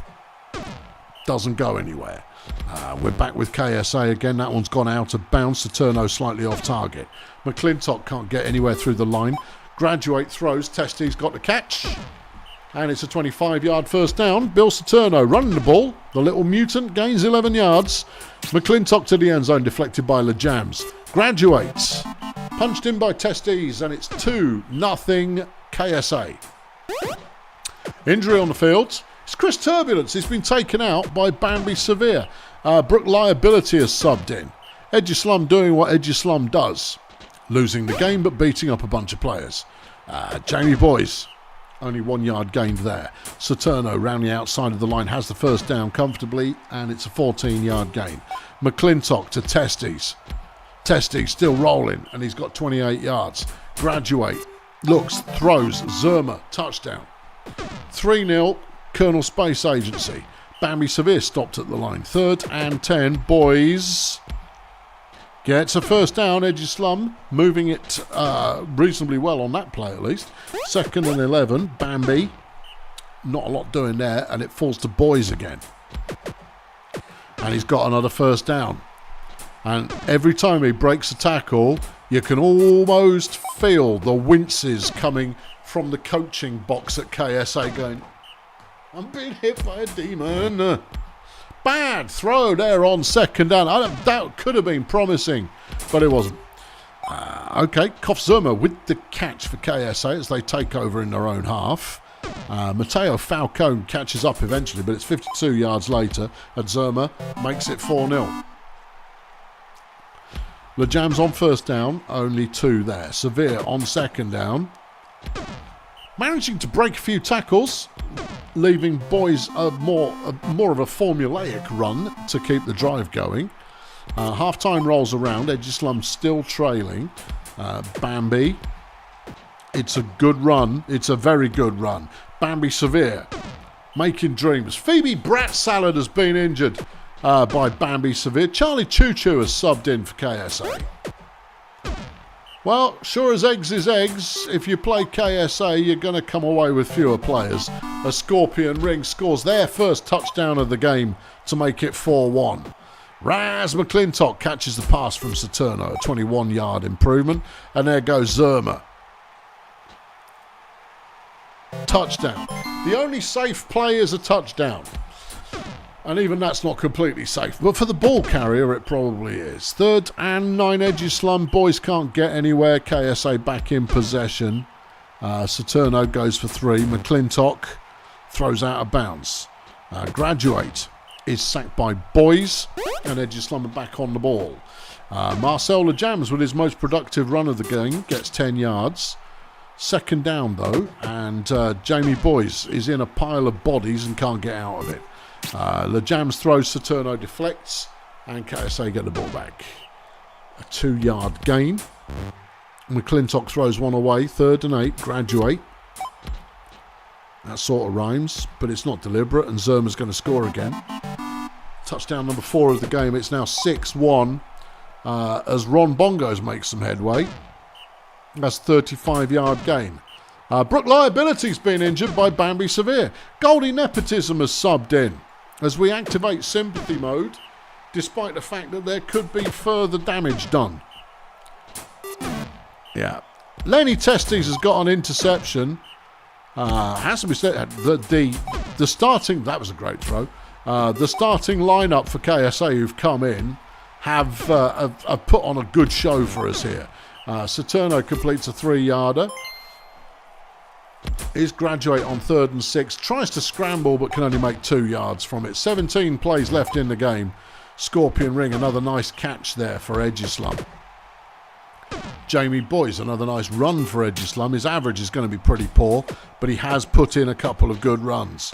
Bambi, also going to have a pretty poor average, but again, has put in some good runs. It's the inconsistency in freeing up space for those Edgeslum runners that is costing them higher scores. Costing them higher yardage gains, maybe. KSA have got the ball back. 6 plays to go. Can KSA avoid any further injuries? Graduate throws. It is Zerma with the catch and the touchdown. 5 touchdowns in the game for Kof Zerma. As Jamie Boyce fumbles it, and KSA are going to go for one more time. And the final score, Colonel Space Agency 7, Edgeslum 1. Not an upset. Kof Zerma is player of the game with 89 fan points, 272 receiving, 5 touchdowns, 16 tackles, good play, and 1 tackle for loss. Bambi Severe for Edgeslum Marching Band, 64 fan points, 150, let's call it 160 yards total offense, 1 touchdown, 4 injuries inflicted. Ouch! And of course, every time you inflict an injury, you do knock a couple of stat points off the player who you just slapped around.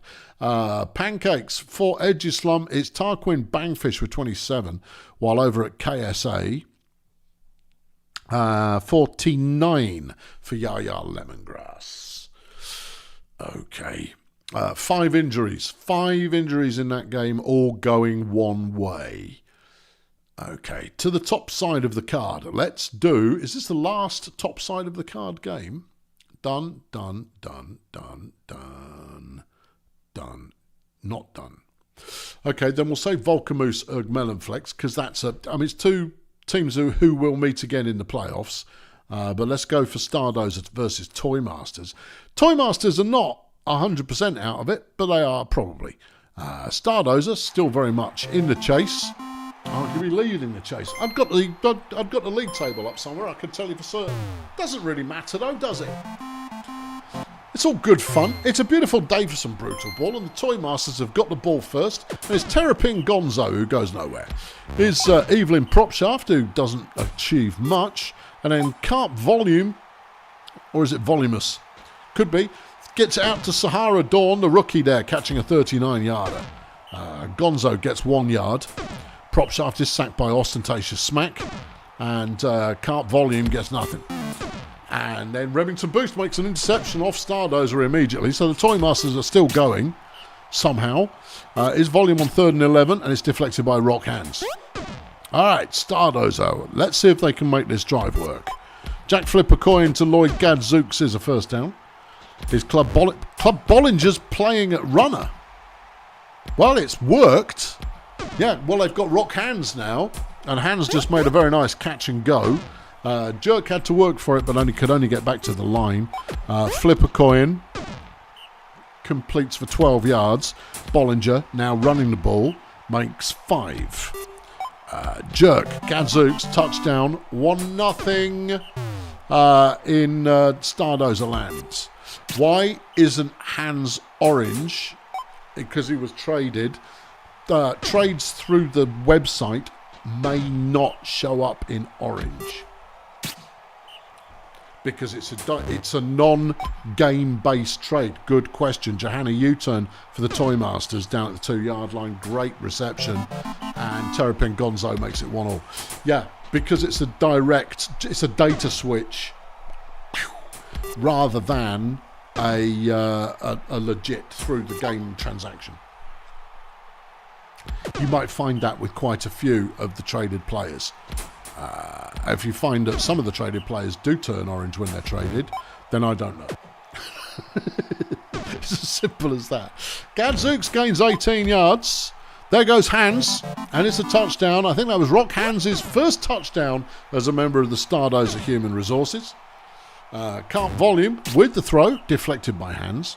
See, Hands is not in orange. No, but that's what we were talking about. Oh, yeah, okay. Hands with another good catch, and here comes Bollinger. Completes another first down. Jerk, he's keeping it on the ground and goes the distance for a score. Stardozer 3, Toy Masters 1. And there's the interception. Hands has picked it off. He's got his first touchdown and his first interception as a dozer driver. Jerk goes 21 yards. End zone, Gadzooks touchdown. 4-1. Terrapin Gonzo, an 8-yard run. Evelyn Propshaft, throws. It's Bollinger with the deflection. Volume is brought down after 5 yards. Gonzo can't get anywhere. It's 2nd and 11. It's intercepted by Lloyd Gadzooks. And Gadzooks gets the immediate catch after the turnover. And the next one as well to make it a touchdown. 5-1 Stardozer. Toymasters trying out some young players to see if any of them have got some merit. We know about Sahara Dawn already, and that's a 41-yard gain. Carp Volume, though, so far, not really feeling it. No. You've got Mindy Sleep-A-Lot in the line. Yeah. Remington Boost in the line, who's a goblin. You're playing a goblin in as a blocker.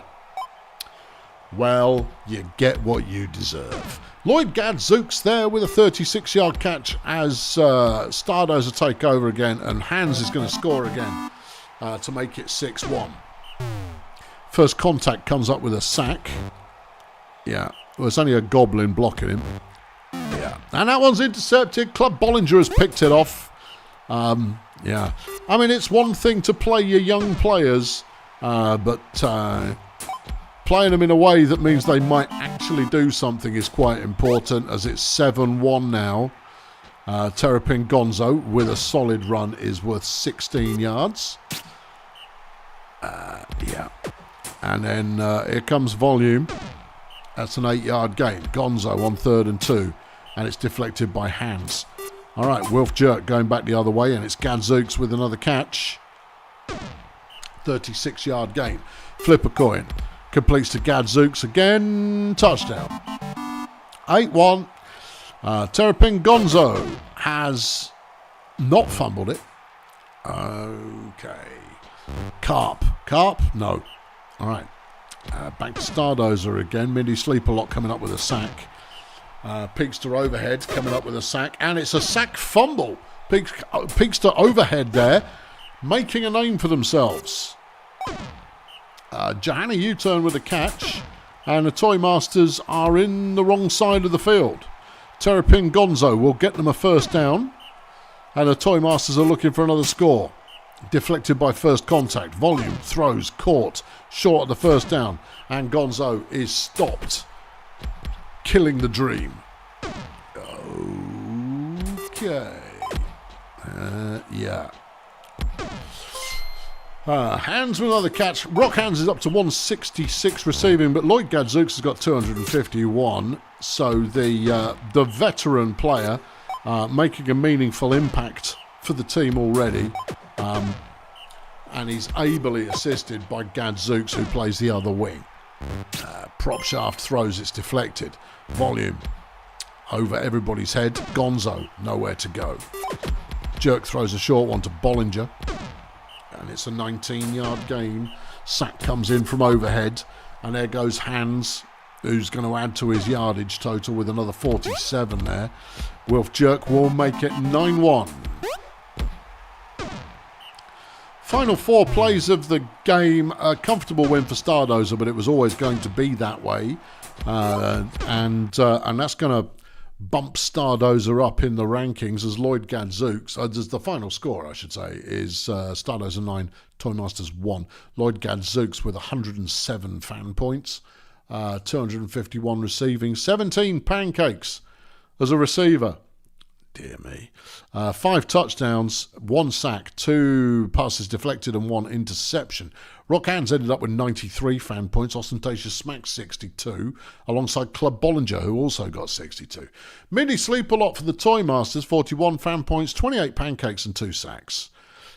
Pancakes for the Toymasters, Sleep-A-Lot was number 1 with 28. Over on Stardozer, Ostentatious Smack racked up 53. All right, do a quick game count up. 1 left in bad company. Okay, and then 1, yes. 2, yes. 3. 3 in Fail Brigade. Well, let's do a double hit from Fail Brigade. I notice Mad Cat's back. So here's the Sea Raiders taking on the Minstrels. And not a meaningless game. The winner of this game was probably still in the chase for a bit of after-hours action. However, it's not guaranteed. Yeah, it's foggy because the Sea Raiders are at home. And they will be starting with the ball, and we will see Hugo Blowfish make a meaty run of 3 yards. Sonny Watt now thinks about passing, thinks again, and scrambles for a 14-yard gain. Tasty Dave is sacked by Tiggy Teapot.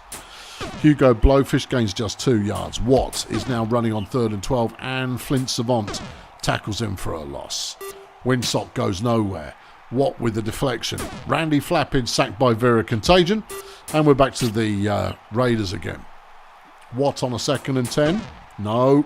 Tasty Dave on 3rd and 9. Yeah, not really. Here goes Windsock once more. He gets past the first tackle, but is swept up after 4 yards. Teapot apparently is playing runner. Well, that's a choice. Didn't really work though, did it? Not even slightly. Sea Raiders have got the ball back, and it's intercepted by Drem and Windsock because Darkness Albright had stepped off the field to take a phone call. Windsock runs it for 23 yards. The Minstrels looking for their first score, but they're sacked by Albright and then deflected by Albright. It's 3rd and goal. Windsock won't go anywhere. No. Back to the Sea Raiders in a game that neither team wants to win. Sonny Watt with a great catch, easily breaking a tackle from Randy Flappins to go 49 yards. Watt now with the ball is deflected by Kermit Clinton. Tasty Dave makes a throw for 1 yard. Great. And Teapot deflects the ball. Windsock goes nowhere. Teapot can't see anything, throws that one out the sideline. And his Flappins? No. Okay. Hugo Blowfish. He's made some yardage. All right. Watt is intercepted by Drem and Windsock, who has 3 interceptions now this season. 2nd and 10. Teapot? No. And Flappins? It's intercepted by Mutant Lip Balm, who's still going. And the Dwarf has a pick 6. The offences have not scored. Defence has done. He's going, fine, I'll do it myself. You know, you play on offence as well, right? That's not what I mean. Blowfish is deflected by Windsock. Watt. And Bark Formaldehyde has been injured by Sonny Watt, bringing in a player who might accomplish something. Karina Very steps onto the field as Mutant Lip Balm makes it 2-0 to the Sea Raiders on a long pass. Flappins on 3rd and 10 for the Minstrels, and he's got running space to get the first down. Windsock decides to do exactly the same play again. He only gains 7, but it's still forward momentum. Teapot completes to Windsock. 19 yards and the Minstrels are moving. Flappins runs for the first down. There goes Windsock again. Windsock again. Windsock, no. 2 yards. Teapot, no. Sacked by Lip Balm. Flappins on 3rd and 11 is tackled for a loss, and the Sea Raiders have the ball back. Okay. Watt gains 4 is Tasty Dave on 3rd and 5. There was Tasty Dave on 3rd and 5. Half-time rolls around. Sea Raiders on top 2-0. In a battle we like to call, if you could see it clearly, you wouldn't see it because you'd be face-palming. However, since you can't see it, you can imagine that it is a titanic defensive struggle rather than two teams trying to throw the ball in the fog. Tiggy Teapot is tackled for... I don't know what Tiggy Teapot is doing playing runner. It makes absolutely no sense. It might be the worst runner selection in living memory, if not longer. Hugo Blowfish with a lovely few moves there. Kermit Clinton's been injured by Paul Dagger. Graham Tankey has subbed in. We're not seeing him in a while. Oh, maybe he'll play receiver, and then you can have a passer who can't pass and a receiver who can't catch. A perfect combination. 1,000 yards receiving coming up. Yeah. Who's got the ball at the moment? Minstrels. Okay. Here comes Flappins on 3rd and 7. No.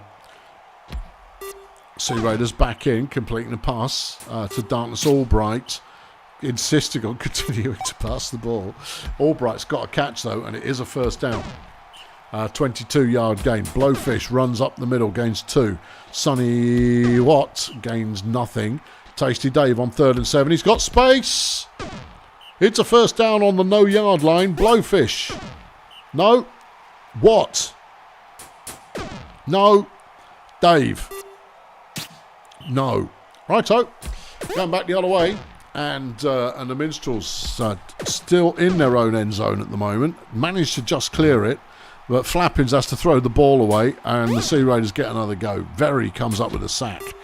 Watt completes the lip balm and it's another score. And the Sea Raiders lead it 3-0. Yeah. Teapot with another mighty run. And that takes her total to 4 attempts, totaling -3 yards in this game. Watt completes the mutant lip balm. Well, we got one player who's showed up, and his name is Mutant Lip Balm. Teapot sacked once more. Yeah. Flappins has got nowhere to go. The blocking is just not happening. And then Windsock with the deflection. 2nd and 10 as the Sea Raiders try to find out where Mutant Lip Balm is so they can throw him the ball. Teapot scrambles for 1 yard. 12 carries for 27 yards across an illustrious rushing career that will be remembered. Probably. 3rd and 9 Minstrels. It's intercepted. Blowfish has picked it off, and that will wrap the game up in an event. Both it's intercepted there as well. Couldn't quite break 400 yards between both teams. Final score: Sea Raiders 4, Minstrels 0. Player of the game, Mutant Lip Balm with 126. Lip Balm is in line for Player of the Week. Front of the line at the moment, Steve only got 122. So Mutant Lip Balm is in the running for Player of the Week. That's hilarious. With 126 fan points, 108 receiving. 10 pancakes, 4 touchdowns, 15 tackles, 4 tackles for loss, 2 sacks, and an interception.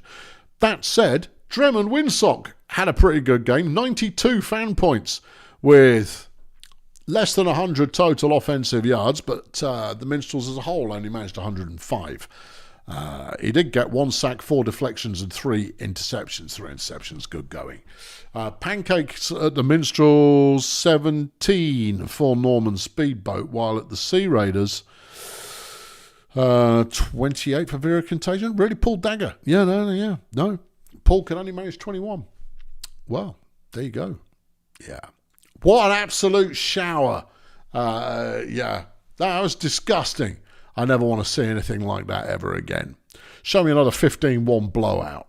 Right, next up, the Marsupials are taking on the Chefs. Marsupials will probably win this one. The Chefs have been working young players all season, and when they put their starters in, they look pretty good. But this is the house that Hog Mexico is in the process of building. It's a sweaty old day. The Chefs are going to be starting with the ball. Okie dokie.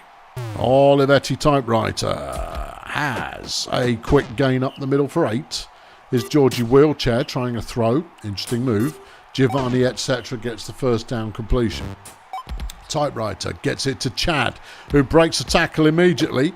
Is hunted by Svazdan, and he breaks that tackle as well. Chad with a 50-yard gain. Chad.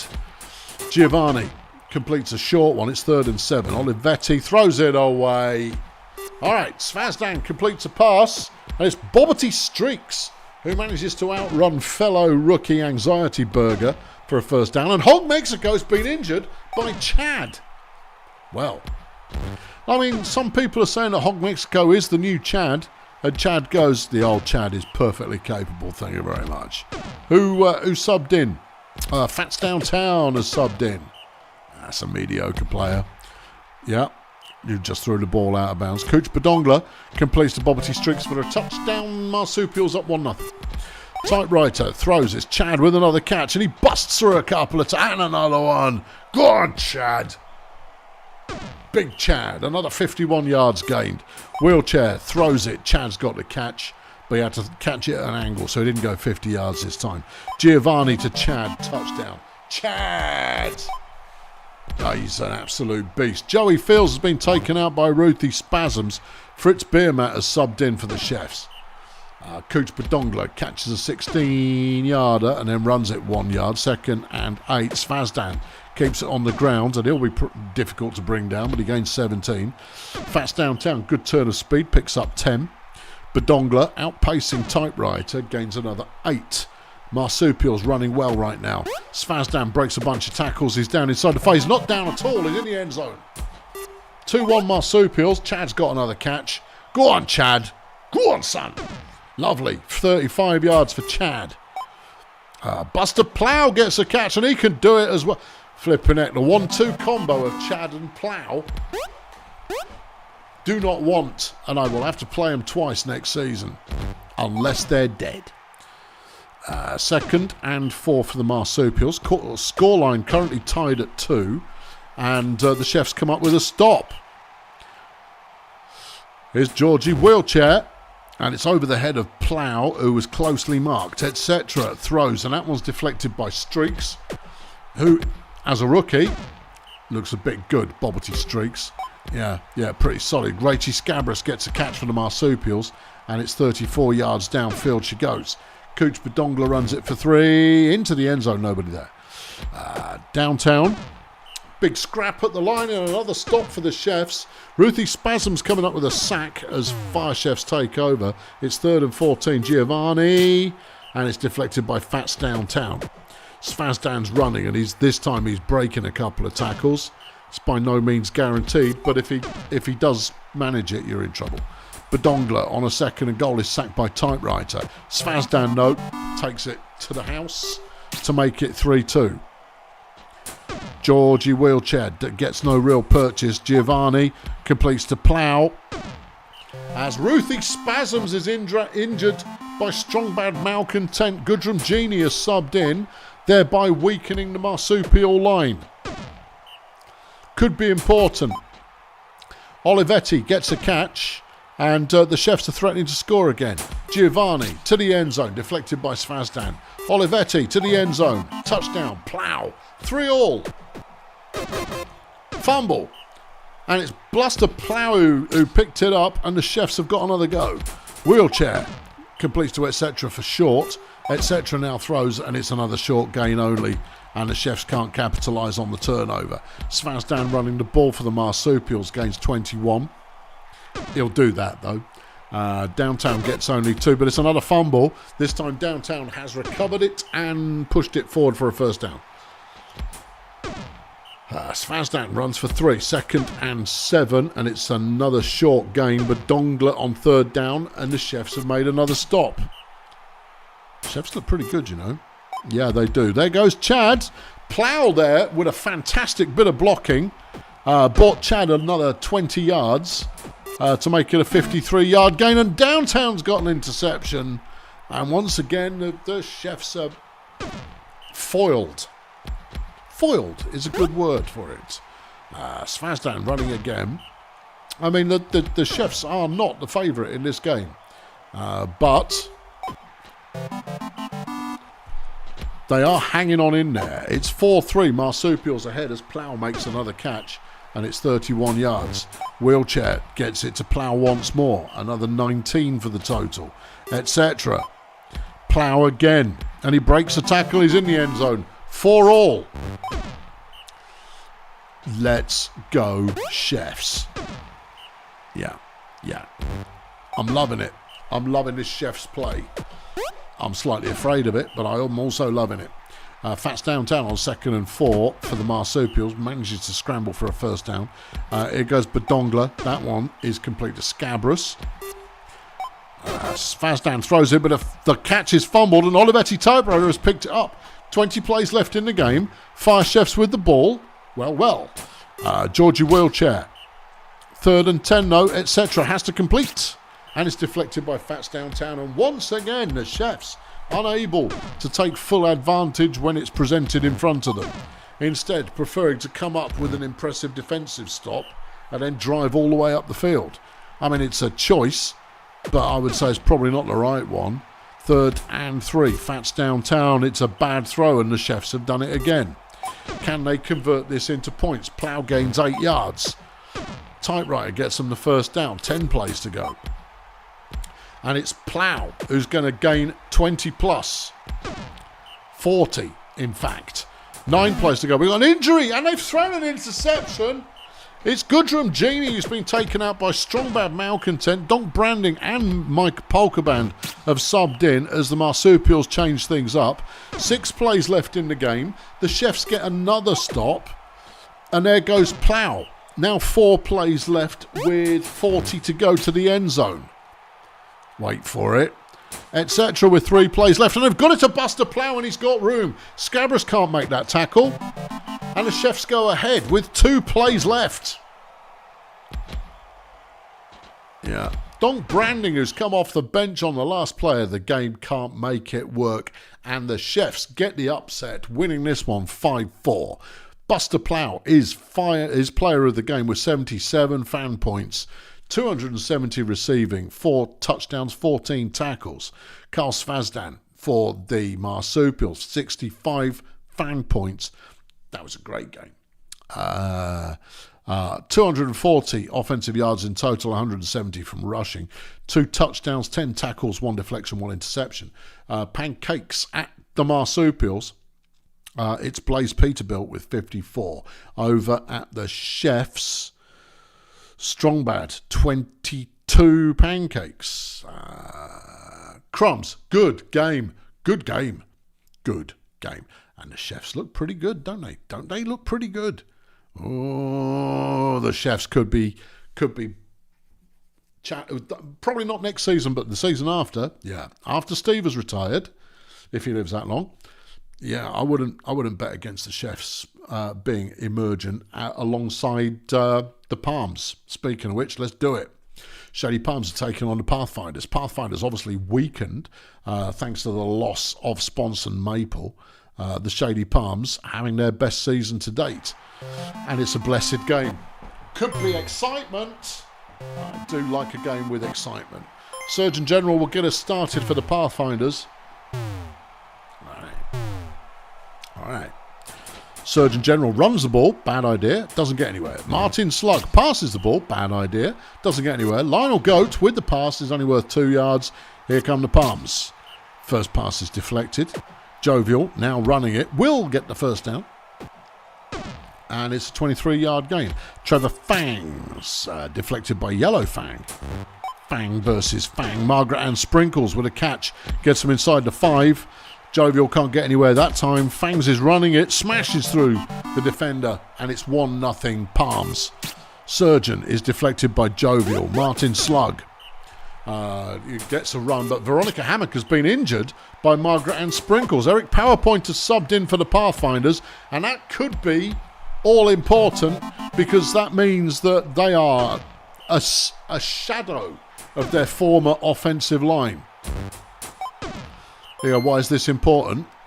Because their offensive line accounts for, I'd say, at least 50% of their wins until Maple was no more. The Palms can't make headway there, and so the Pathfinders are back in possession. Martin Slug throwing an 8-yarder. Lionel Goat completes for the first down to Pope Lorenz. The Surgeon throws. Lorenz is all alone. Probably because he knocked over the guy covering him. That would probably be the reason. Yes, 2nd and 6 is Goat. That one's deflected by Sprinkles. Is General on 3rd down, and it's Lorenz who gets the first. Pathfinders moving. Right now, Palms on top 2-0. Goat, 3 yards gained. 3rd and 7 goes nowhere, and the Palms have the ball back. Pedro Ubiquitous doing a bit of running, gains 9 yards. Not bad. Jovial will get the first and stays on his feet. If Fangs had got just one more step in him, he would have given a downfield block there, would have freed Jovial up for a 50-yard run, but not to be. 3rd and 13. Jovial tries it straight up the gut, but you can't run into that many trees without it looking like one of the worst bits of the Voodoo People video. Too many V's in that sentence, which is why I got confused. Shady Palms have the ball back, and Ubiquitous runs 14 yards. Fangs now looking to throw, and it's deflected by PowerPoint. 3rd and 10. Ubiquitous. Jovial brought down after only 4 yards. And both teams now having a bit of a struggle in the middle of the pitch. Trying to break forward. And assert themselves in some fashion or another. But you know what? Red Star are staying strong, and this lineup is kind of working as Eric PowerPoint is injured by Margaret Ann Sprinkles. Funk Magic as subbed in as Julio Lobster makes it 3-0 on a good reception. I don't know if we've seen him much so far today, but he made that count. He also followed it up with a sack. Trevor Fangs has been injured by Yellow Fang. In the Battle of the Fangs, Yellow comes out on top and Ferdy Equatorial Mount has subbed in. Martin Slug now running. We are into the second half. Shady Palms are up 3-0 at the moment. Red Star having trouble getting any kind of offence started. Pedro Ubiquitous with a 0-yard run. Jovial gets a good block from Sprinkles, and it's a 20-yard gain. Equatorial Mount tries a throw, is dropped. And there goes Margaret Ann. She's got no cover on her. Goat will bring her down, but it's a 36-yard gain. Jovial this time gets blocks, and it's 12 yards straight ahead running. Ferdy to Jovial, touchdown 4-0. And the Palms look like they might have this. Spack Freely comes up with a sack. Slug throws. Is caught by Yellow Fang, who's been quiet in this game. Says he's got 6 catches, but I don't buy that. No, I think he probably has, but he hasn't done anything with much of them. Martin Slug with a good run there, gains 14 yards, and the Pathfinders might have woken up a little bit. But they've left it a bit late. Yeah, as Julio Lobster comes up with his second sack of the game, at least his second sack. I haven't been counting. I've only seen 2.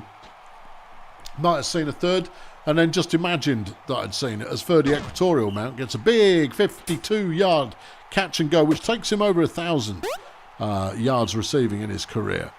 Equatorial Mount looks for a passing target, finds Julio to make it 5-0, and we can activate the Sympathy-tron.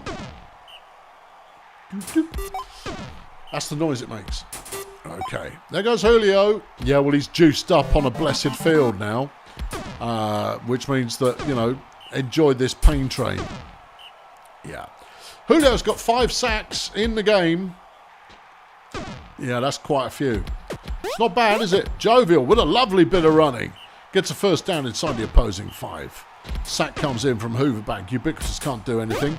And Jovial can't do anything. The Red Star Pathfinders' defence is not to be sniffed on. Because nobody likes being sniffed on. I think slept on is what you were going to say.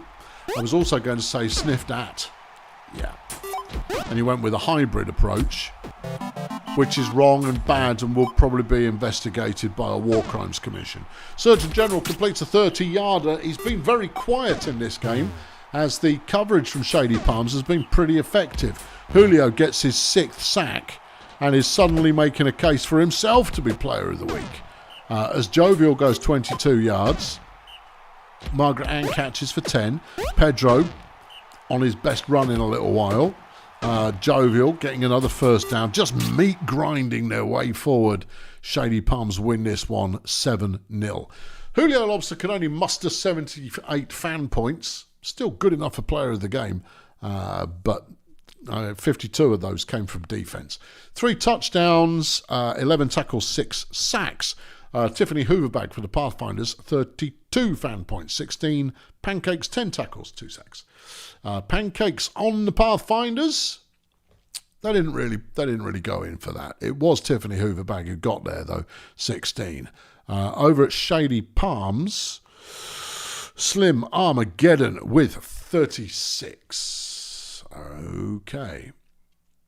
I think that might actually give the Palms enough that they can start going, we're going wild card, lads. Wild card.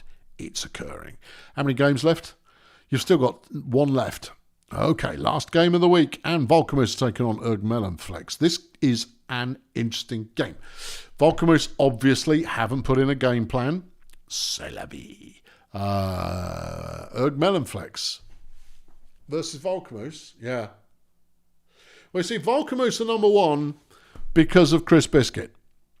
I mean, Ergmellenflex have more points this season, but Chris Biscuit is the reason that Volcamus do as well as they do. The rest of the team they're okay. They're pretty good, but Biscuit protects. That's his raison d'etre. He has 567 pancakes this season and 19 sacks. But if we look over the other side of the field, there is one Charles Monkey Cage, who has 655 pancakes this season, 16 tackles for loss, and 31 sacks. Monkey Cage versus Biscuit, the showdown. This is what you came here to see. It's a sweaty old day, so don't imagine any massive scores, but this could be an epic showdown. And Kremp Inquisitor's playing in the line for Volcamoose, where you should always set your line up. Flapjack with a 23-yard run on the first play of the game. Mars Mullo is going. Nope, little Susie Ruby made the saving tackle. Karate goes nowhere. 2nd and 10. Nope, he's on the go again. There he goes, look. Yep. All right, 24 yards. Mars Mullo. Touchdown, Erg Melonflex after 5 plays. Spangles Hunkerdome gets that first block and he's gone for 16. Viggy the Viking is deflected by Loudmouth. Inquisitor throws to no one. 3rd and 10, Hunkerdome. And it's dropped by Erlen Dickberg, and Erg Melonflex get an early stop. Mullo smashes tackles, gets 5 yards. Karate throws Viking with the deflection. Flapjack can't get very far that time. Mullo, nope. Okay, here come the Vikings again. Vikings? Well, Viggy the Viking and the Saints. All right, get the team name right, otherwise people will be upset. Erlen Dickberg, this time he's managed to shove Loudmouth all the way over and had himself an open lane in which to make a catch and go. It's 2nd and 10 now. Viking throws, Dickberg with the catch again, and it's a 24-yard gain. Kremp Inquisitor, Slotridge's touchdown, 1-1. Here goes Flapjack. Yeah, eventually brought down by Chris Biscuit, who chased him all the way. Mars Mullo has the first down. Georgina, no. Flappy. Flapjack, nope is his name. Running is what he's about, and Slot Ridges has been injured by Whomping Willow. Demetrius Gaffor, power player, not particularly good, has subbed in. But that's a downfield blocker, or at least a slightly better linebacker, as the Saints get a stop. Dickberg with the catch. It's a first down for the Saints. The score still tied at 1, as Dickberg is free to run again. Another 25 yards. Viking. To Dickberg again. Break his legs, and he won't run against you. Well, he's receiving. Yeah. William Youngblood has been injured by Erlen Dickberg. Trevor Snowboard has subbed in for Erg Melonflex as the Saints go ahead 2-1. All right, Flapjack, he's putting in all the moves, and it's worth 5 yards to him. Mars Mullo, less subtle in the moves being deployed, but he's got some good yardage going on there. Georgina can only get 1 yard. Flapjack, and it's a lovely bit of running, 14 yards gain. Mars Mullo powers ahead for 9, 2nd and 1. Karate with the throw deflected by Viking. Flapjack on 3rd and 1 has the first. 10 carries for 100 yards. I mean, a 10 average is a good player, but it goes to show how often Flapjack is not getting much help going through the line, but he will score here to make it 2-2. Spangles, a 6-yard gain. Lil Susie Ruby sacked by Charles Monkey Cage. Viking deflected, and Erg Melonflex are back in with another chance to go ahead. Mullo. Still Mullo. It's 11 yards. Okay. Karate sacked by Chris Biscuit. Yeah. Flapjack. Still Flapjack. Still Flapjack. Still Flapjack. And Flapjack has a 23-yard gain. Mars can't get anywhere. 2nd and goal. Georgina's best run of the game results in a touchdown. A good time for her to turn it on. And Erg Melonflex are up 3-2. Susie Ruby goes no yards. Viking with the throw. It's complete, but it's short. No, it was short the first down. Flapjack runs for 1. Mullo runs for nothing. Karate is going to try running it, and it doesn't pay off. Saints with the ball back. 40 plays left in this one. Erg Melonflex up by 1. Susie Ruby got nowhere to go. 2nd and 11. Viking intercepted by Loudmouth, but he then fumbled it, and Dickberg picked the ball up. How the tables of fate turn in a rotationally complex fashion. 3rd and 11. Spangles Hunkerdome. He's got the first down. He's got the range. He's got the touchdown. It's all square again at 3. Flapjack. This is going to be an absolutely brutal playoff game that could go to many millions of extra plays. Yeah. Georgina Karate goes 1. Flapjack with the ball again. He's got nowhere to run.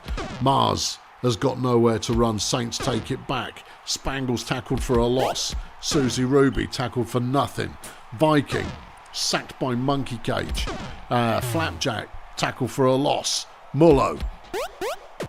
He's got forward and they're inside the opposing 20. Mars Mullo trying to head fake someone there. It's not really his scene, but he gave it a spin. Engelbert Loudmouth brings up a 2nd and 2. Flapjack makes it a 3rd and 2. Mars has the first down, but there's still 3 yards to the end zone.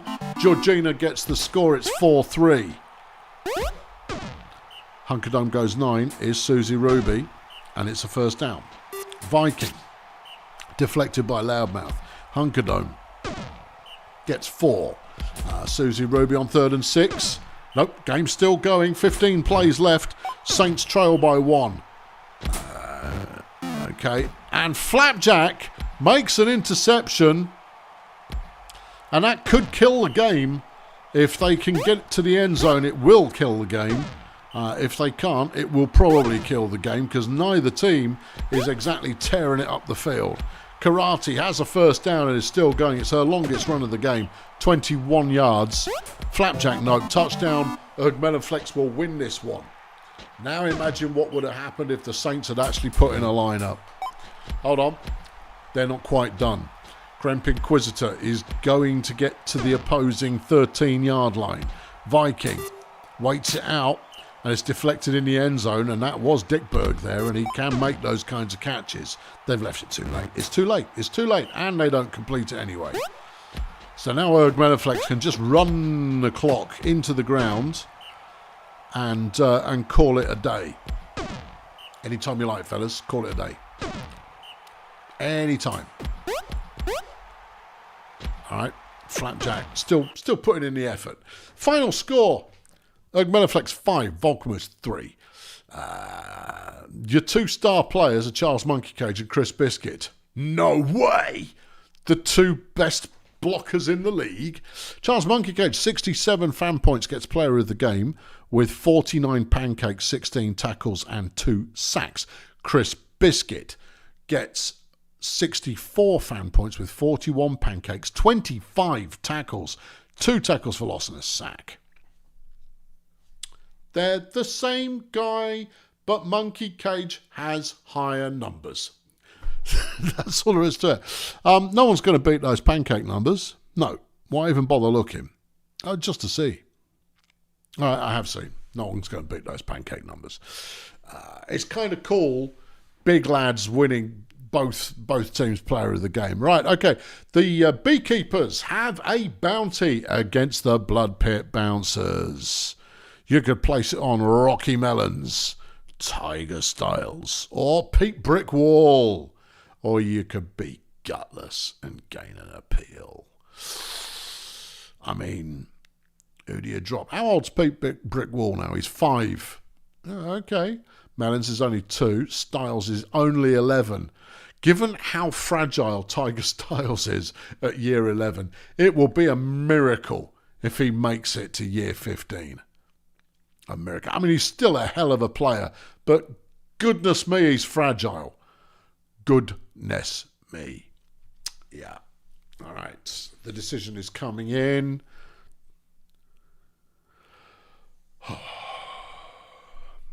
Gutless it is. Boo.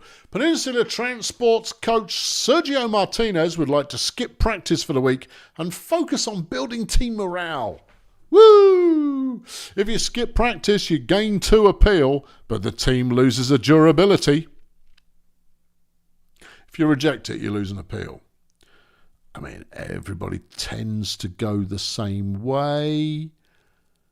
Everyone tends to go the same way on this one.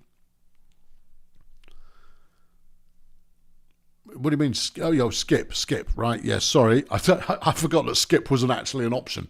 Skip. Done. A trade's been negotiated. No, it hasn't. Okay, here we go. This is the bit you want to pay attention to.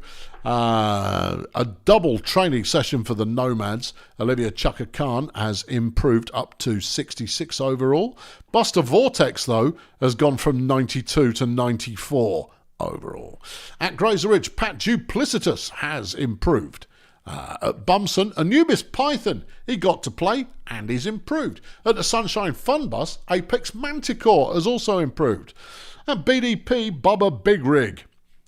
I had such high hopes for Bubba Big Rig. He may yet get a career, but I'm not feeling it yet. Anyway, he's made everybody happy, while William Youngblood at Erg Melonflex has cheesed everybody off. Peninsula Transport have skipped practice and gained a couple of appeal. And then at the Bongolia Sea Raiders, a lot of tension is being caused by Sonny Watt, who has reduced the team's appeal by 2. We are in the roster cuts era, but Sonny Watt is a foundational player for the Bongolia offence, so we'll see. Players of the week, everybody. Past deflections, it's Clarence Budgie for Shady Palms with 6. Tackles for loss, Diego ASMR at Bulldozer Power with 4. Sacks, it's Julio Lobster at Shady Palms with 6. Interceptions, Dremen Winsock for the Wretched Minstrels with 3. And then tackles, Big Steve Murray with 32. Defensive Player of the Week, though, Mutant Lip Balm at the Bongolia Sea Raiders with 92 defensive fan points. Meanwhile, over on offense, Pancakes, Kathy Glowpan at the Beekeepers gained 73. Julio Alacarte, 394 yards receiving for Failurwood Hills. Rush yards, it's Ego Sarian for Peninsula Transport with 201. Pass yards, Fanny Glowstick at Bulldozer Power with 531. And that takes her to 537 for the overall total yards this week. Offensive Player of the Week, Fanny Glowstick. But Player of the Week, Mutant Lip Balm at the Bongolia Sea Raiders. Nice. Okay, next week, it's a cross-conference week. Games that will bang. KSA Blood Pit. Yeah. Failurwood Stardozer, maybe. Sports Ball Oak Flex, probably not. Well, maybe. Fun Bus Miners, fun. That's a good game. Also a good game. Shady Palms versus Volcamoose. Could it be a bowl preview? Toy Masters Edgeslum, that's evenly matched. Minstrels Beekeepers, evenly matched. Axemen Bongolia, not so evenly matched. Grazer Ridge at Port Miggins, could go either way. Medics Lingo Blend, what a great game! Oh, that's a brilliant matchup. Cheerio versus the Marsupials, that's a Marsupial win. Budget versus Pathfinders, that's a great game as well. There are some brilliant matchups in this. Peninsula versus the Chefs has the potential to slap. Stegonauts BDP